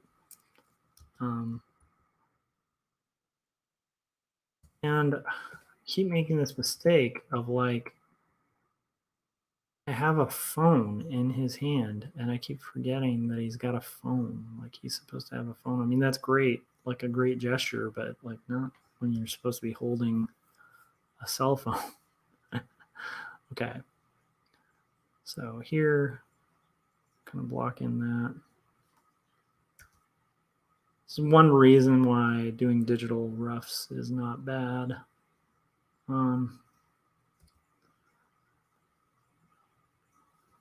So yeah, but with this is one reason why it's really good to do thumbnails too, because you can work out stuff like where it's like, okay, that's going to create a tangent, so I'll put that here, and basically, and so on. So yeah, so I talked about my son having his tooth out and the tooth fairy, which actually I'm going to have to remember to work on that visit before I go to bed. What else? Okay, so I've also mentioned this on the stream, but we have this, my wife and I, part of why we bought a house was because we were moving to an area that was closer to my work, where I work as an art director. And I don't know what was going on at the time, but it was this weird scenario where it was actually cheaper for us to buy a house and pay a mortgage than it would have been to rent an apartment. And so we stayed with like family and saved up a down payment and ended up biting the bullet and doing that quite a few years back. But when we bought a house, like we bought a modest home, and it has a pretty big backyard, but it's like, we live in a desert area, so the yard is basically like just straight up desert. And the downside of like desert and the climate of the desert is like weeds grow like crazy.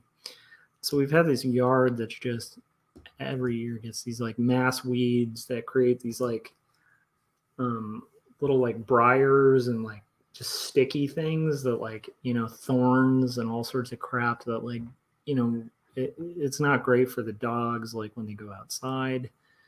And it's just been like a goal of mine this year to try to clear that yard of all weeds, but not like just weed whack them, like get in there and uproot all the weeds, because it's the only way it's ever going to stop, basically. Oh, that's right. Okay. I was going to have this actually turn the other way. So basically, like, yeah, it's been this like grueling process because we're going through this like pretty large backyard, just pulling out weeds, and spend a couple hours out there, and it's like you maybe get, a couple feet done. And it's just been this ongoing process. But what's cool is we're starting to make progress on that. But yeah, so it's tonight, today, like I definitely spent a lot of time in the yard, like kind of working on the weeds. And one thing that I found really cool, even like when doing stuff like this, like thumbnails or anything like that, is to kind of try to engage in activities that almost make you lose track of time, so that the work doesn't feel like work, like it feels like fun. And so one of the things I like to do is like listen to podcasts, and I do that on my commute to work. I do that when I'm thumbnailing, if I'm not like live streaming. Yeah, and so it's pretty interesting. I heard this podcast that was talking about, I think it was Fresh Air, which is a really great show. It's an NPR show that's been on the air for years. The interviewer, Terry Gross, is like kind of a legend when it comes to interviewing people. She's just really good at asking kind of interesting questions that like nobody would really dare to ask most of the time.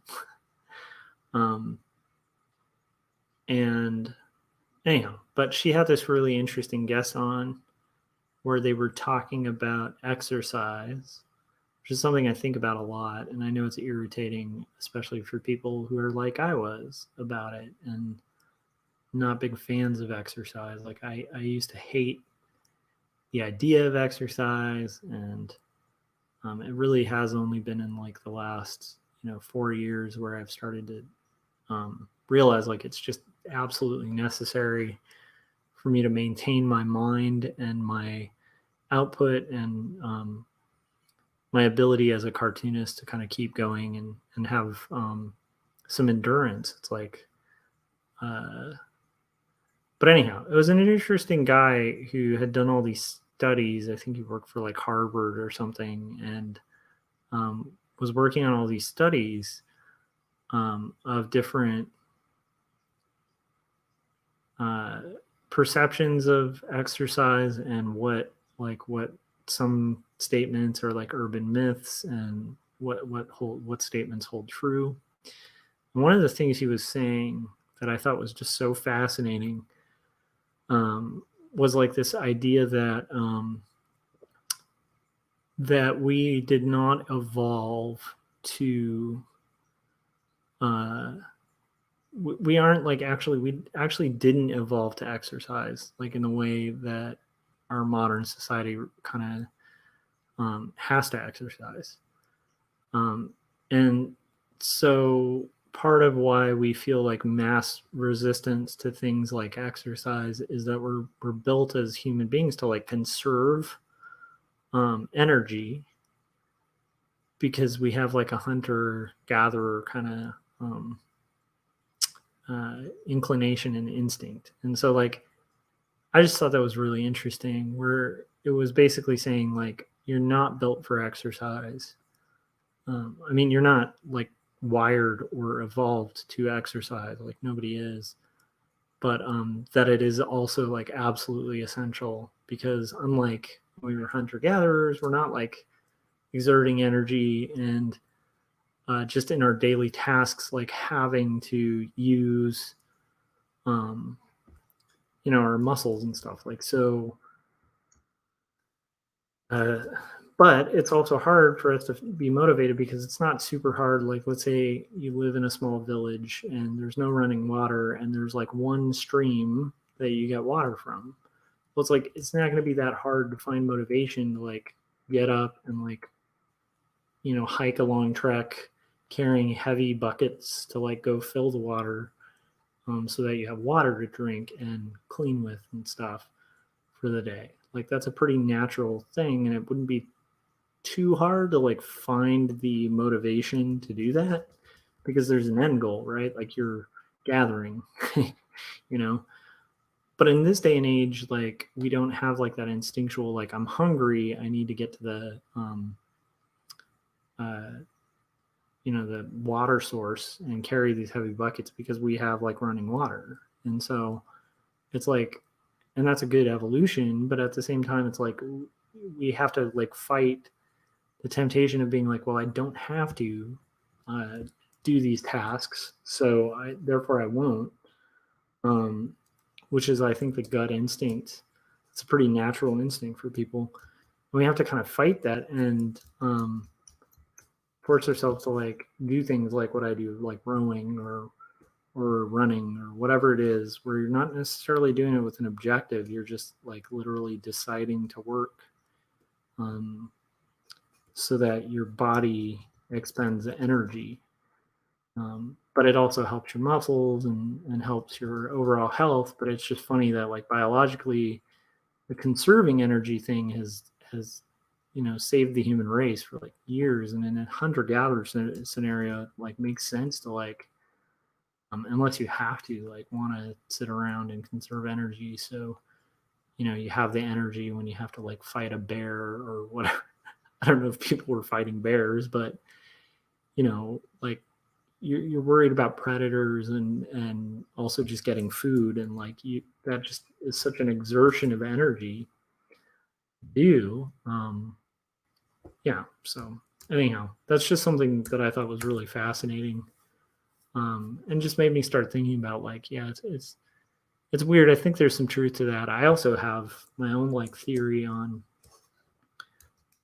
why we as creatives like find it so hard to do the things we know we're supposed to do, like the things we felt like we're built to do. It's like we almost just naturally resist it. And my theory on that is like, I think human beings just kind of do that for like anything that's good for them. Because I think most things that are worthwhile are like a crap load of work. And we have this weird thing going on where we like to choose quick and easy things that are bad for us, rather than invest in the hard, complicated things that are much more rewarding and much better for us in the long run. So, yeah. We're getting close to 2 hours. I'm halfway through. This is good. Hopefully this doesn't end up being 5 hours like yesterday. My hope is to get this wrapped by about midnight, but we will see. Sometimes. But I will say in about 5 minutes, I will probably take another very short break because I'm trying to do that, like maybe hourly breaks. So now I've got this part.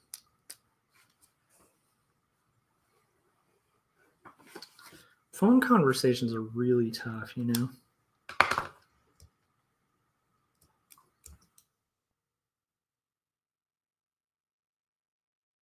Oh, I've got another device I'm going to use.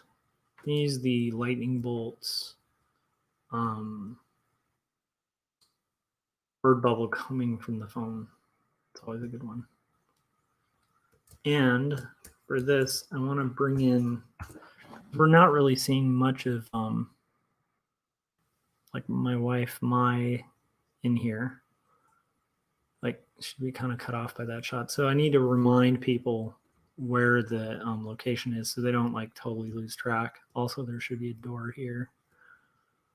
And these are like the beautiful little things you can kind of work out in the rough stage so you don't have a nightmare of a time where you're like, crap, I did all these pencils and they took forever and I didn't include these things. So anyhow, let's see how this goes. I'm going to basically get this going. Okay.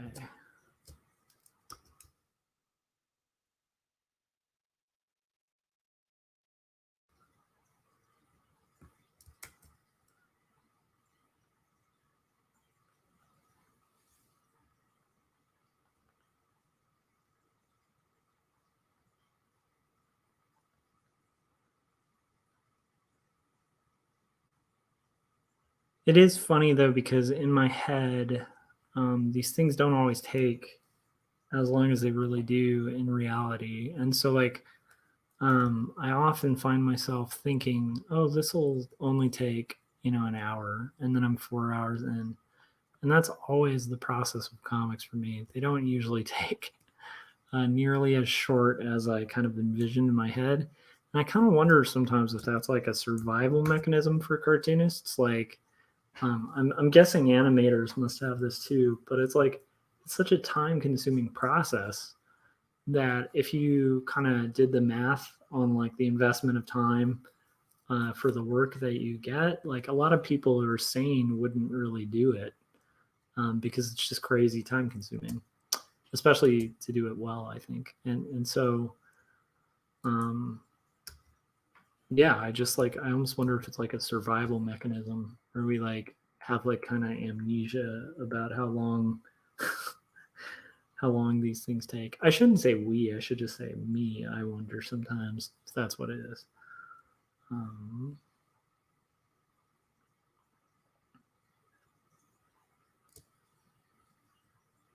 Okay, so here I'm gonna do, okay, I want to do kind of a more straight on shot. This is gonna be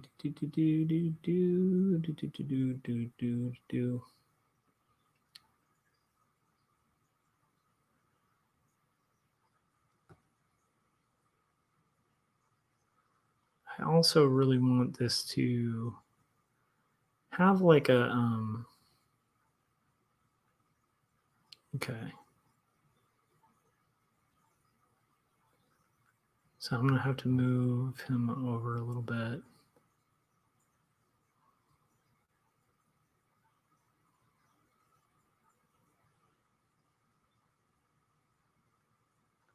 Okay. Got it. So I'm going to move him a little bit, and then I think I'm going to shrink it a little bit too. Yeah, that seems a little better.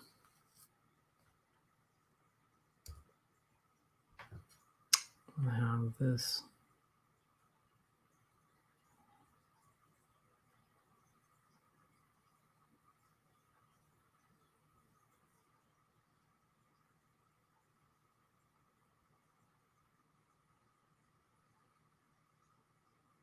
Okay.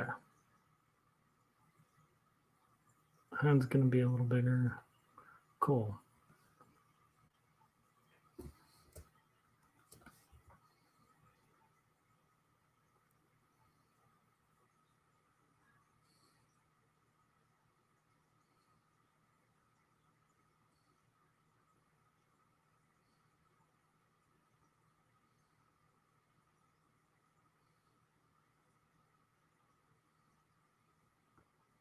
Once this head propped up a little bit, so okay, because her expression is going to be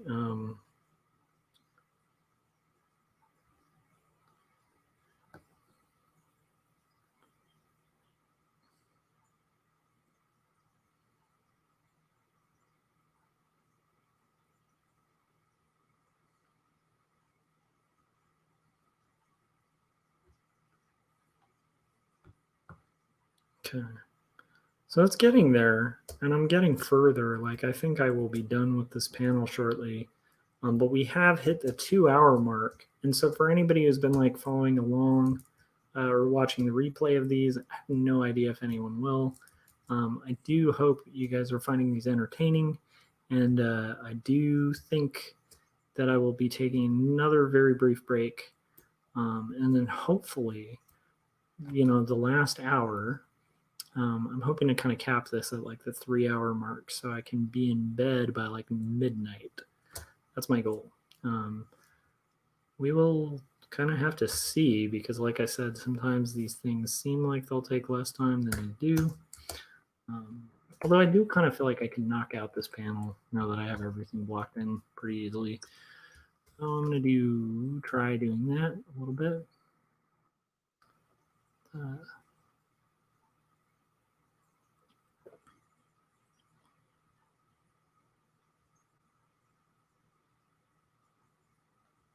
Okay. And then funnily enough, like sometimes when you're drawing an expression, it's like you actually kind of make the expression yourself. I don't know if other artists do that all the time. I think they do because like when I was in art school and we'd take like a life drawing class, or even you're doing like character design or anything like that, where you're kind of having it, or storyboarding.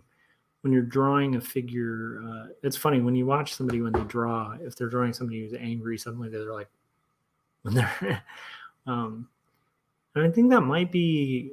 I do remember, like as a kid, when I was sketching and trying to figure out how to draw things, I used to like feel my face.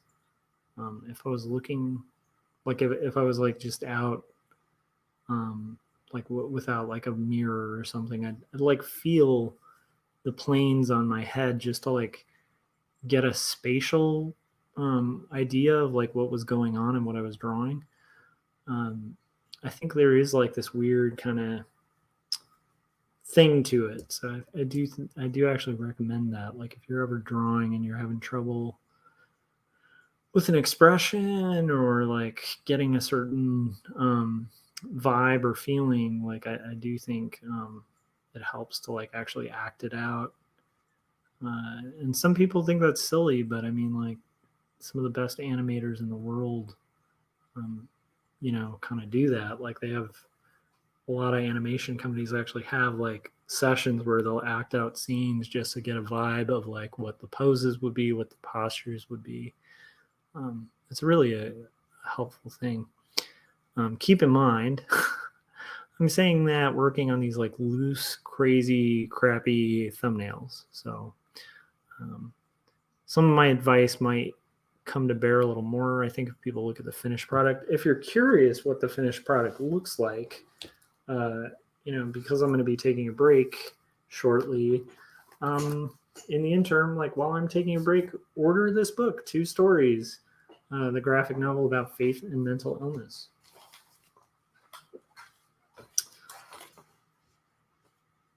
So this is going to be an At the Drive-In shirt. at the drive-in, I'm going to talk about at the drive-in. So when I was like in my early 20s, there was this event.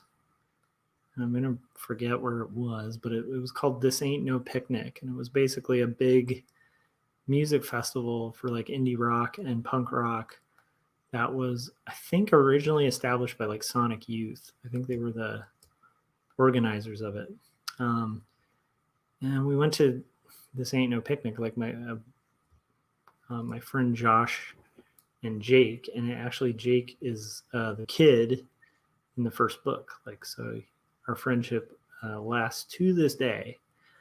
But anyhow, so it's this big music festival. We mainly went because Sonic Youth was headlining, and then Mike Watt was playing. And Mike Watt is like this, just in the world of punk rock, he's a legend. He's like one of the best bassists that ever lived, really.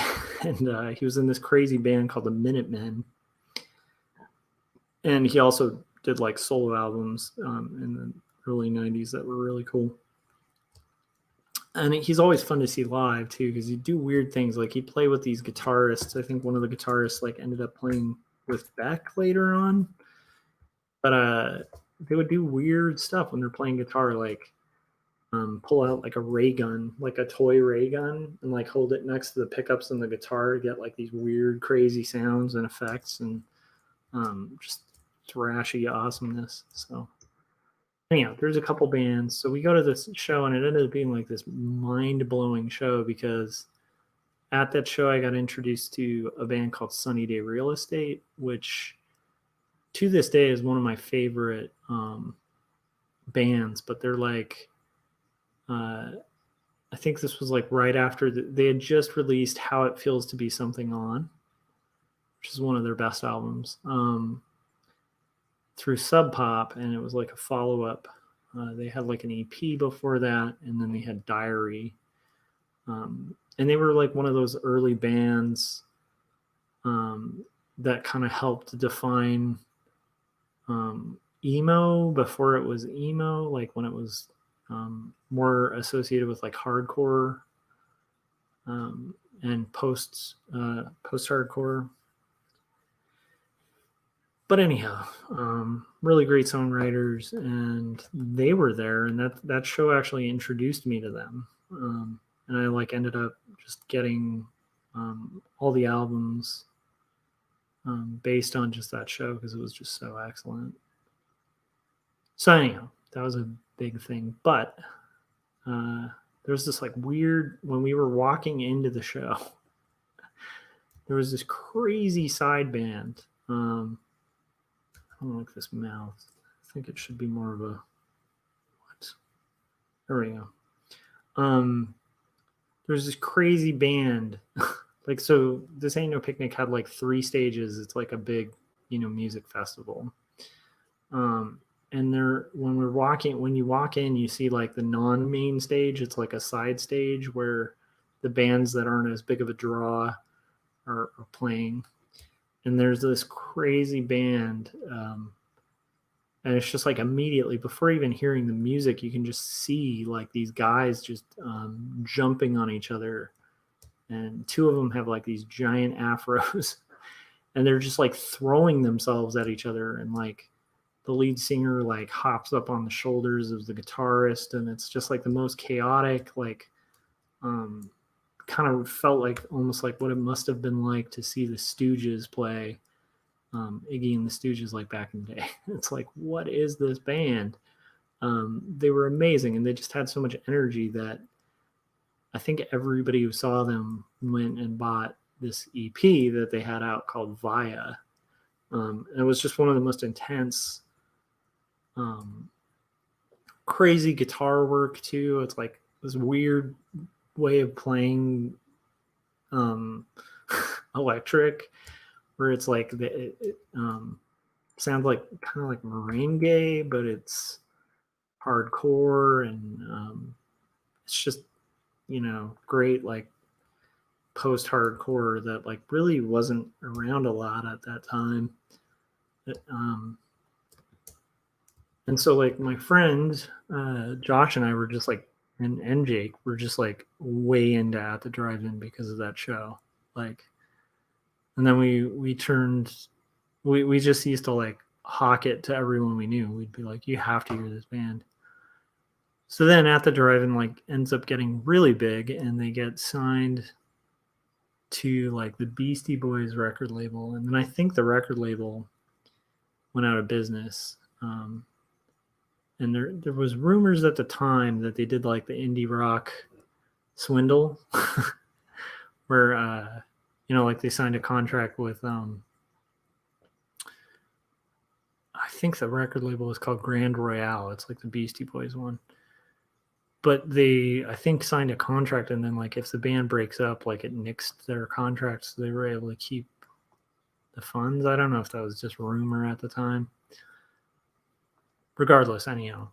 So then they ended up putting out Relationship of Command, which was like this album that had like One Armed Scissor and some other songs that were kind of like played on like MTV at the time and stuff, and became huge. But At the Drive-In really was like a very incredible band, and very influential and cool, and just like insanely intense and very good music. So if anybody hasn't heard At the Drive-In, I'd definitely check out some of their music. I'm sure you probably have. It's not like it's like some deep indie thing. The bands ended up breaking up, and so like I think they split into Sparta and Mars Volta.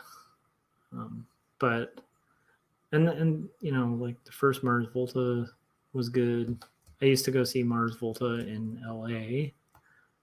And this is like a weird time too, because when I'd see Mars Volta, like the bassist like what wasn't Flea, and I think they ended up having Flea on the album. I think they're one of those bands that like moves through bassists a lot. But anyhow, point being, both bands were very worthwhile, worth checking out, worth scoping out. I'm gonna try to have like the light go from the other angle, kind of create like a possible passage of time here. Okay.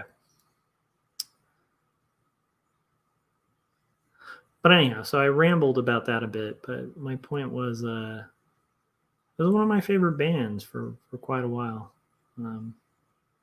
It just felt like the energy of Fugazi and like the Stooges, but like with this weird kind of cool twist, like a little more melody, but like I said, like these weird merengue elements. That was a great show, though. That This Ain't No Picnic. Yeah, there were just a lot of really great bands that played that day. If you can't tell, I was and am a fan of music. I am less exposed to like newer music, partially because I just don't have as much time.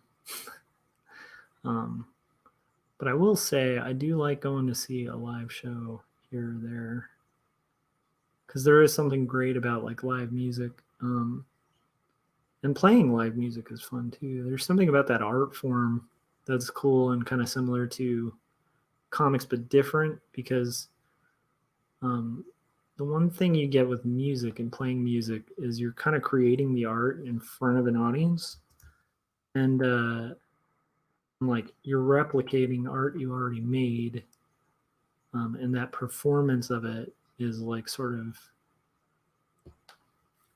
this exchange. Whereas I think if you like sat and redrew a comic on a stage, people would get bored and leave, like, okay, here we go, save. And that's where I'm going to stop for a second.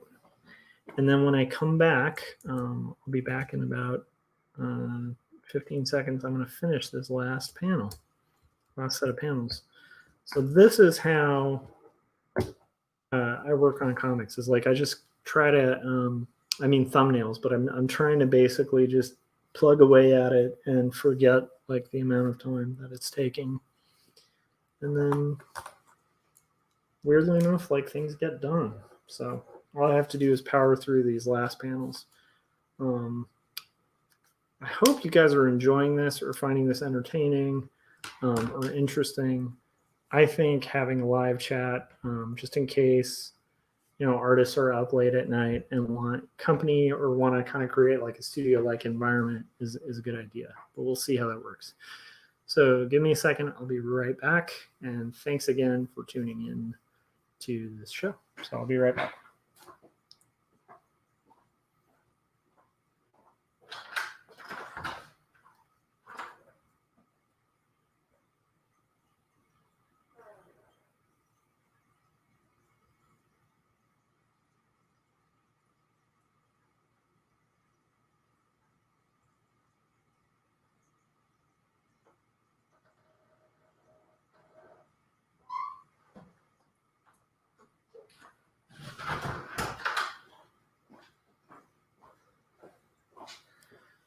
More coffee too. Gotta get more coffee.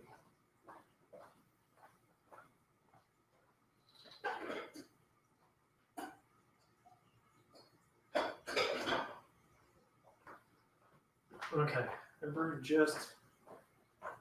just enough coffee to where it's interesting, and it'll keep me going for these last few panels.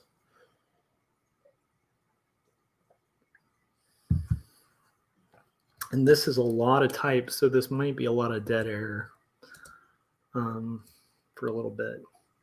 This is going to need another bigger panel border.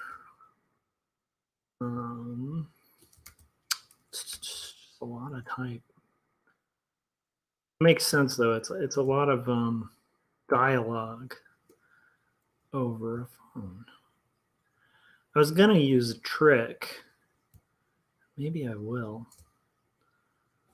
Another one of the kind of old comic tricks is using the lightning bolt from the word bubble that's coming from the phone for the conversation. So you don't have to intercut every time. So here I'm going to fit this type in. And keep in mind, so these are thumbnails. What I eventually end up doing is I will take these and in Illustrator, I'll rule out all the panel borders, kind of redesign it a little bit, really work out all the type placement. And then from there, I usually start to collect photo reference, take photos, gather whatever I need, and then do pencils. And then, I'll then light box like the borders and like the lettering because I like the look of hand lettering.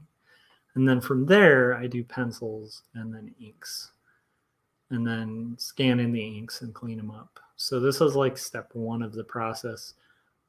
This is unique to me because I'm trying to do all the thumbnails at once. And then I'm going to try to do all the panel borders and type at once and so on. Okay, so other stuff that's on my mind recently. My brother has been pointing out something that I've noticed throughout years of kind of paying attention to politics. So if you're not into politics, this is going to get political. But I don't think it'll be like contentious or anything. But he's just noticed how the media shapes people's perceptions of like this perceived balance between different political ideologies. That kind of skews it to make it seem like I'm trying to think of a good example.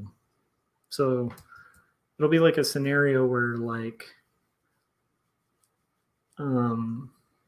if somebody went into a restaurant and was kind of rude to a waiter, And then 5 minutes later, somebody went into a restaurant and brought like a live alligator and just set it on everybody in the restaurant. And like it was just like mayhem and death.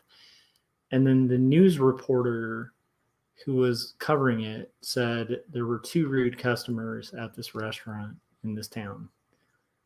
Like that wouldn't be a really accurate headline. Or if they were like, yeah, both of these customers were really out of line. That's the headline.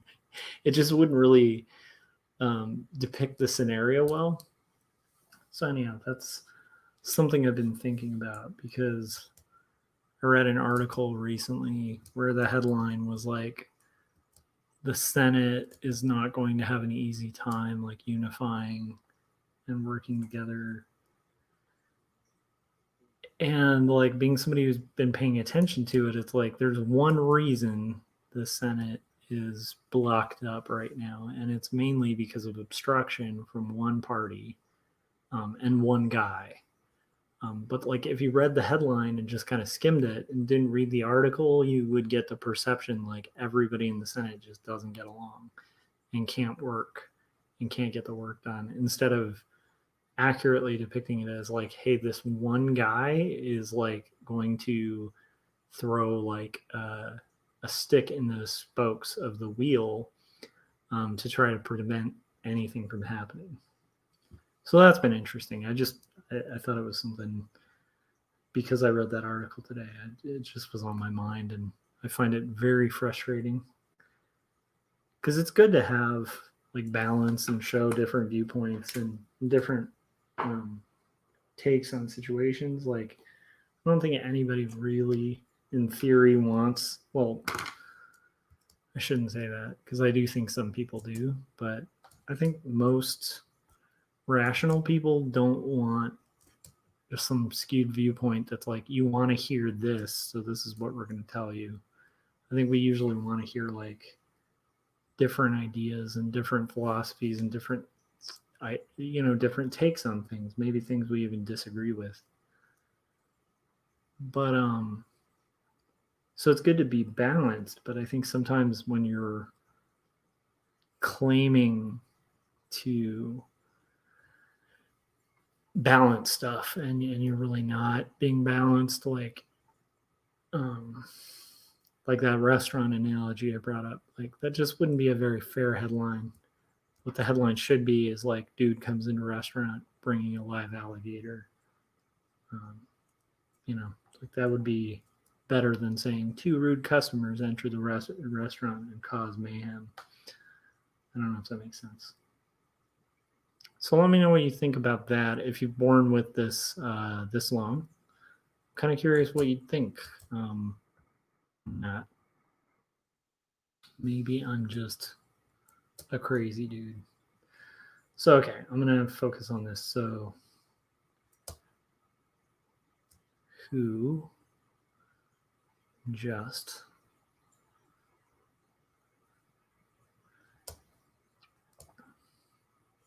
that's 3 U's. That's gonna look really weird. Okay, that I'm not cool with. As a graphic designer, that's just gonna be really confusing. So what I'm gonna do, keep in mind these are all placeholders and they do vary a little bit, right? Because once I get this dialed in, I start doing tighter lettering. Some of this spacing is all gonna like change, but having like a rough idea may not hurt. Okay, here's what I'm going to do. I'm going to take this line, shrink it down, have the U over here. I hope that makes sense why that would be a problem, like having 2 U's, because, or 3 words U stacked. It creates like a repetition, and repetition usually draws people's eyes, and you don't want people reading from top to bottom and being like, why is U written 3 times? Even though in theory it's right, it's not right. I don't know if that makes sense. So you got a guy who just took, okay, yay, problem solved. Little problems.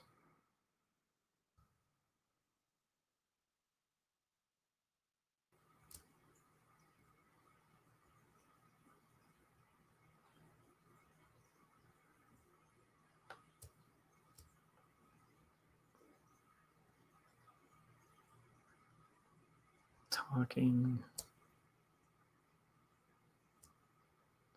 Oh my gosh. It's a lot of type. Okay.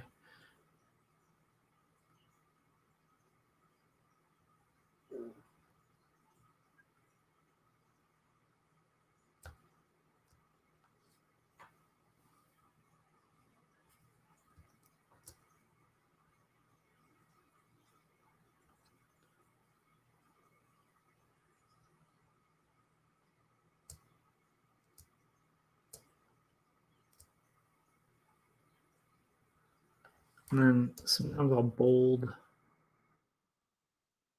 words that should have focus on them.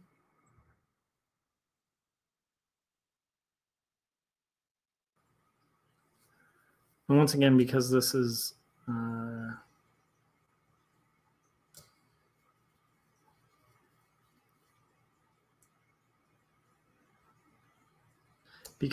so much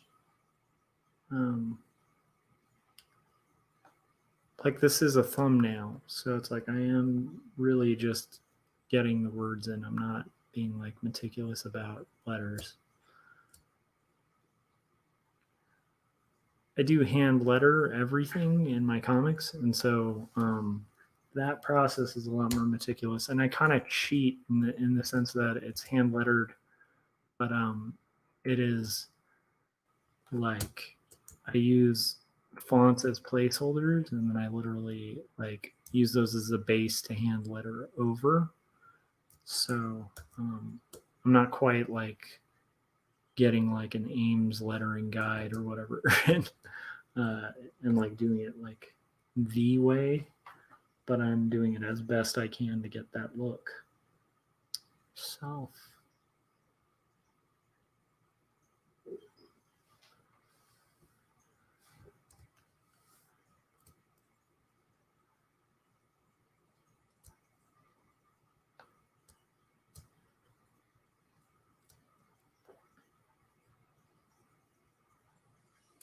Okay. This might actually end up being needing like more space, so we'll find out.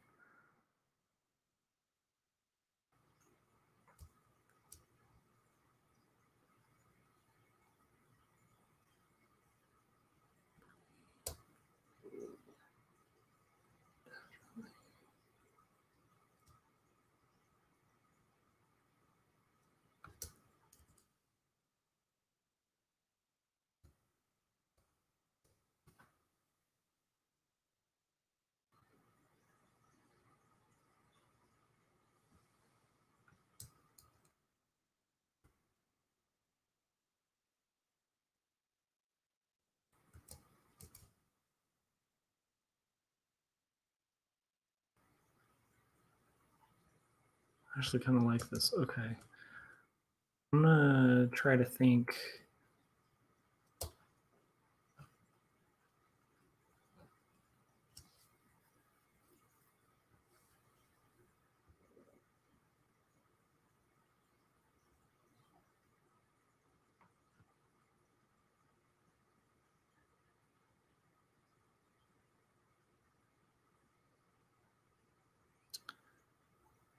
I think like sometimes doing like a very big close up could be cool.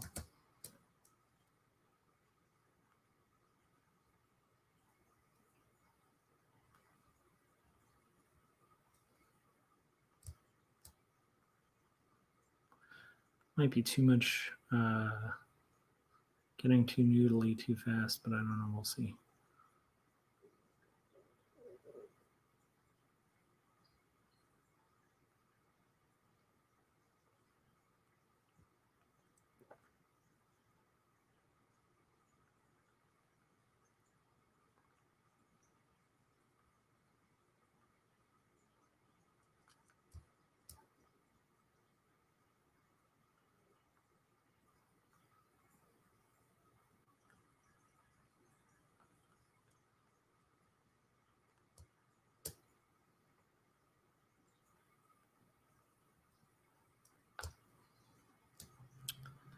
So the neat thing about this process too is now we're at 2 hours and 30 minutes. So I might actually make my mark, like my sort of goal that I mentioned about a half an hour ago, where I was saying I'm hoping to be done with this by 12, right?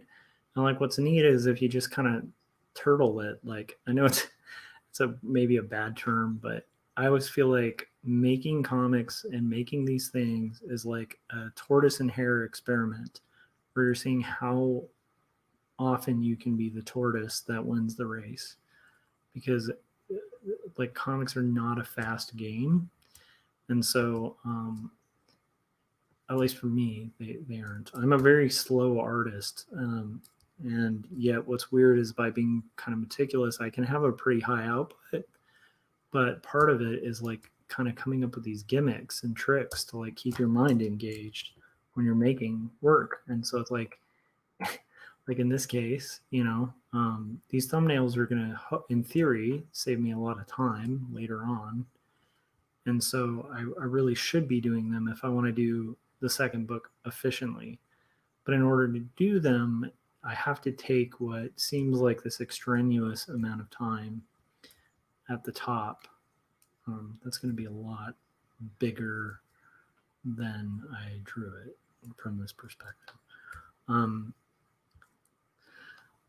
Yeah, so anyhow, my point is just like in theory, even though this is going to save me time, it does feel like more time than I need to spend from like originally. So because of that, I have to come up with these little tricks, and I do this throughout all of every phase of the production.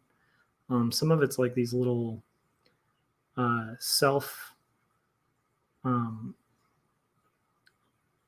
almost like self lies that I will use. They're like little gimmicks, like benchmarks. That's the word I was looking for.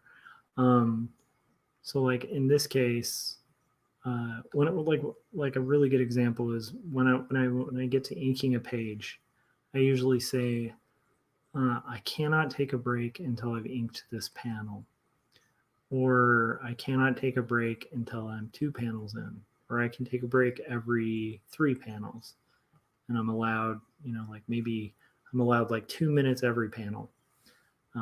That's finished.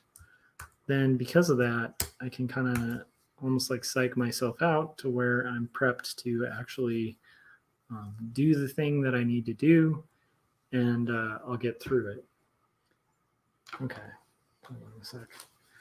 So now I'm going through my script that I've talked about, and I'm constantly, as I'm doing this, I'm like marking where I'm at in the script so I don't lose focus. So now it's at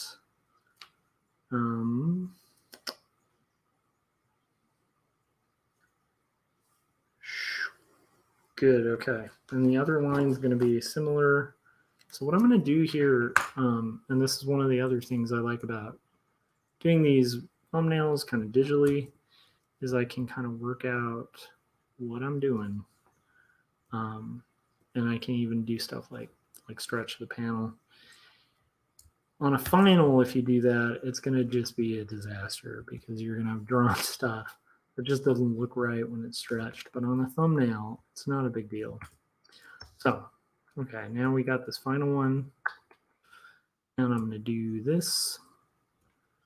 It's funny, though. I crack up at the idea of, if this were like my final product, I would feel really embarrassed. I mean, I wouldn't mind like maybe in the future, if it fit the story, doing something a little more loose and gestural that's like more similar to my thumbnails, but these are definitely not finished work. Okay, here we go. Now I'm going to have the script here, and we're on point. I think I might actually be done by midnight. If you guys are hanging in there, let me know what you think in the chats. Like, what are you guys working on? What little tricks do you use to keep yourself motivated? I'm always curious to know how we as artists psychologically prepare ourselves to invest the time that needs to happen in order to make these things. Most times. Okay, here we go.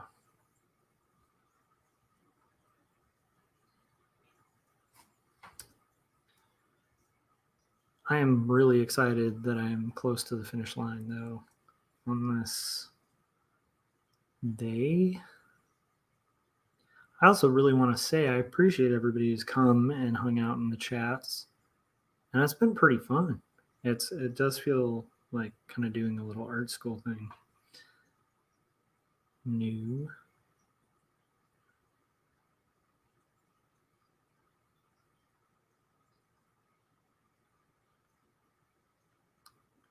This is an interesting line that after all these experiences that I've been writing about in the second book in Long Beach and with our neighbor in Huntington, this line is really accurate to something people ignore. That is a really good survival tactic.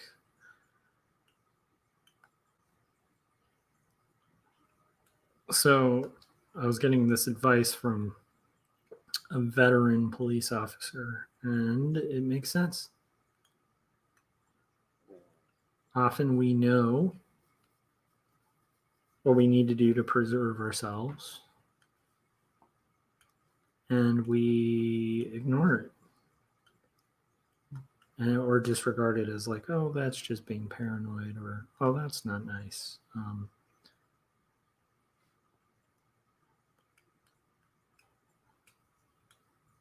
But most books I've read from victims of violent crime or anything else similar to that, there's a similar thread where it's like you really have to trust your gut. Your gut's going to keep you safe.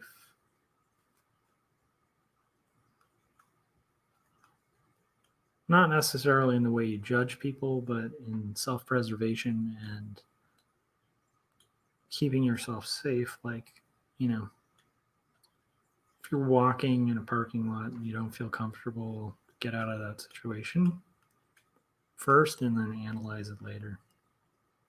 But don't just go, that's just me being worried. I don't know if that makes sense. So this was actually good advice, in my opinion, that I was getting at this point in this story. Okay, cool. That is going to be the end of this long phone conversation sequence. Oh my gosh. So I'm going to put my script away and then draw this. And I think this one is where I'll pull in that trope. Hold on. I got to shove my script in this section. Okay. So here's what I'm going to do. I'm going to have this be a cut back to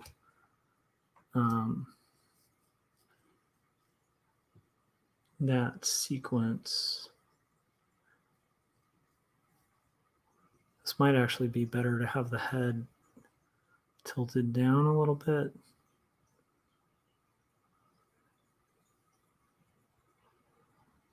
Got it.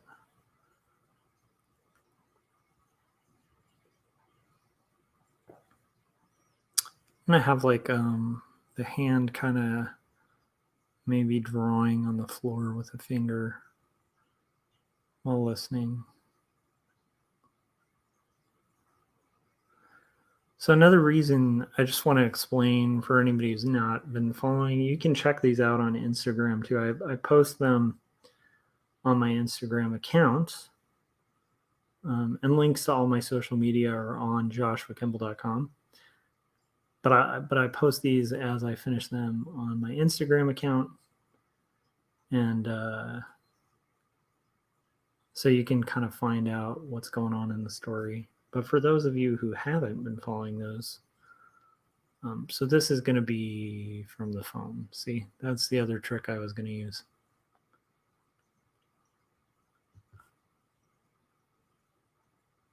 Good way to indicate like a radio or a television's talking and not the person watching it. think I'm going to have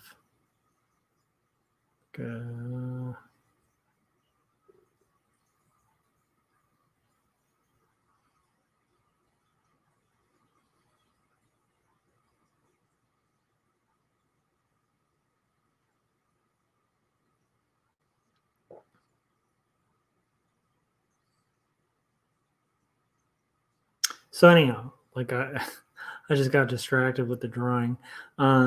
So the sequence, like they're sitting against a door because they just escaped a psycho neighbor, and the neighbor is across the way, and the cops came and left. So they're feeling very nervous and basically having to block the doorway, or feeling the need to block the doorway to kind of stay safe. And here I'm also going to have the pug, because I haven't brought him in. And I think this might be a good time for him to kind of like come in and be like, what the hell's going on in here? So there's a pug character that's in the apartment, but I think he'll be kind of walking in here with his little weird, pugs are funny. They have like a bread loaf body almost. So, and that's where we're gonna, that actually is pretty good framing. Okay. Now I just have to put some detail in there, and then we might actually make it, guys, ladies and gents. We might cap this at 2 hours. And I am again thinking there's got to be a way that I can do these in 2. But even with this, with the 100 days and stuff, I have allowed myself, if I'm like having a really long day at work or something like that, and I'm not, able to really invest like hours, I am okay if I get like halfway or get like a row of panels at the top, like at least a third. So I'm okay if I have to extend 1 or 2 of these pages to be, to take 2 days to get done. But in theory, I really am trying to hold to thumbnailing a page. And one of the nice things about doing this, like a page a day, and one of the nice things about doing this stream is hopefully that will also help me stay motivated to see it through until the page is finished. Because there is something about like staying engaged and trying to kind of create content and talk through it and stuff. I will say that at the drive-in shirt, since I was talking about at the drive-in, is it's like a Trojan horse. So I'm definitely going to have to reference that, because it's definitely not that weird shape that I keep just kind of filling in for it. I like this looseness though. This is fine. Like I don't need these thumbnails to be perfection, but I do need them to be distinguishable with good light sources and roughly have like all the story beats and stuff broken down. I do find that this blocking and kind of working out the sequencing of a story, for me, this can be one of the most time-consuming processes of making comics. It's like imagine drawing a map for a location you need somebody to drive to. It's like it might be a simple thing to draw, like a map, but to do all the research and figure out all the different points that someone needs to stop at in order to arrive at the destination, it takes a lot of brain power and research and thinking. And so it's like, this is the work, as well as like the marketing and all the other stuff.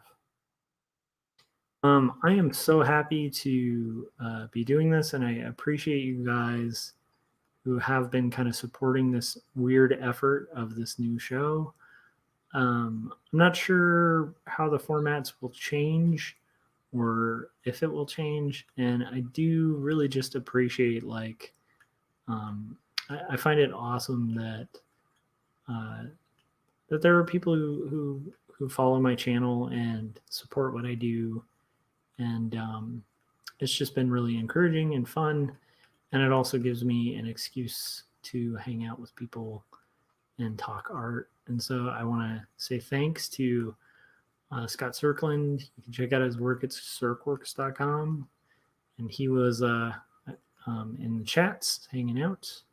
And I want to say thank you to Corey Kerr for kind of being my StreamYard buddy for a couple of these live streams. And I also want to thank anybody who's watching this and afterwards. Hopefully it's been helpful or interesting, or at the least like kept you company while you're working on your own stuff, because this is a crazy thing we do. It's a fun thing we do, and it's awesome, but it also doesn't hurt to have company when we're doing this Sisyphean task of making comics. So, and we are getting closer to done. I think I'm going to hit that mark. This is another one of those goals I was just talking about, like those little psych you out goals.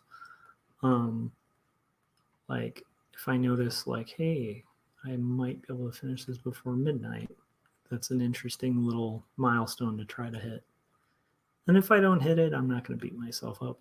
But if I can hit it, then I'll feel victorious. I also forgot that this line is going to be tilted a little bit.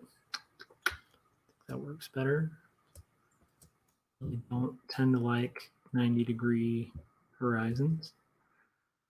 Also going to work on this pug a little bit. Should have a flatter head. And we'll do that. He's got like his back paw. And I'm gonna do dogs really are funny dogs. And I talk about our pugs in the first two stories, where you'll be introduced to these characters, as well as my fiance at the time, who is now my wife, and myself, and apparently my psychotic neighbor from years ago. All right. Dude, look at that. If one listening to this is not from California, you might not understand why I use dude for like everything and say like as often as I do. But I will say that's pretty standard part and parcel for living in the area I do, Southern California. So, yeah. So we're going to add a little bit of shading. I want this floor to be a little darker. I want this pug to have a little bit of shadow, maybe a little. I want this to have some shadow, like this to kind of. Actually, I like that strong shadow. Maybe this will have that. Her have a little more shadow, and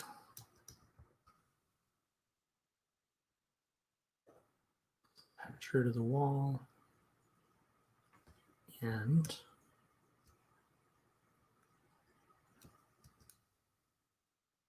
I want this the darkest. Cool. So thank you guys again for joining the stream. If you haven't yet, please hit like, hit that bell, hit subscribe to my YouTube channel, and tune in, like stay tuned. If you hit that bell, it'll give you a notification when I'm about to go live. If you have any questions about my work, about illustration, about art, about what kind of cheeses people like whatever weird topic we decide, I'll basically cover anything. So feel free to show up at the next stream. These should be pretty much daily on my channel. So hit that notification bell and subscribe, and you'll get a notification when we're about to go live. And then you too can participate in the chats and ask whatever you want. All right. I appreciate it. Last little plug. What I'm working on is book 2 of 2 stories, and book 1, which is published in Maricosia. It's my graphic novel that's hand lettered, hand inked, and basically it's about faith and mental illness. It's a really dense book and pretty heavy topics, but everyone I know who's read it likes it, and yeah, I'm pretty proud of it. So if you want to keep just keep in touch with what is going on and what this whole thing I'm working on is, you can read the first comic so that yeah, you'll have more interest and excitement about this second comic and the content I'm making now. So also, if you want, you'll be able to see this final page on Instagram, and that'll do it. So thanks to everybody who's joined me and watched the stream, and I hope you have a good Sunday for like whatever the 2 minutes left, at least here, are on Sunday. And I will see you guys probably tomorrow. Bye.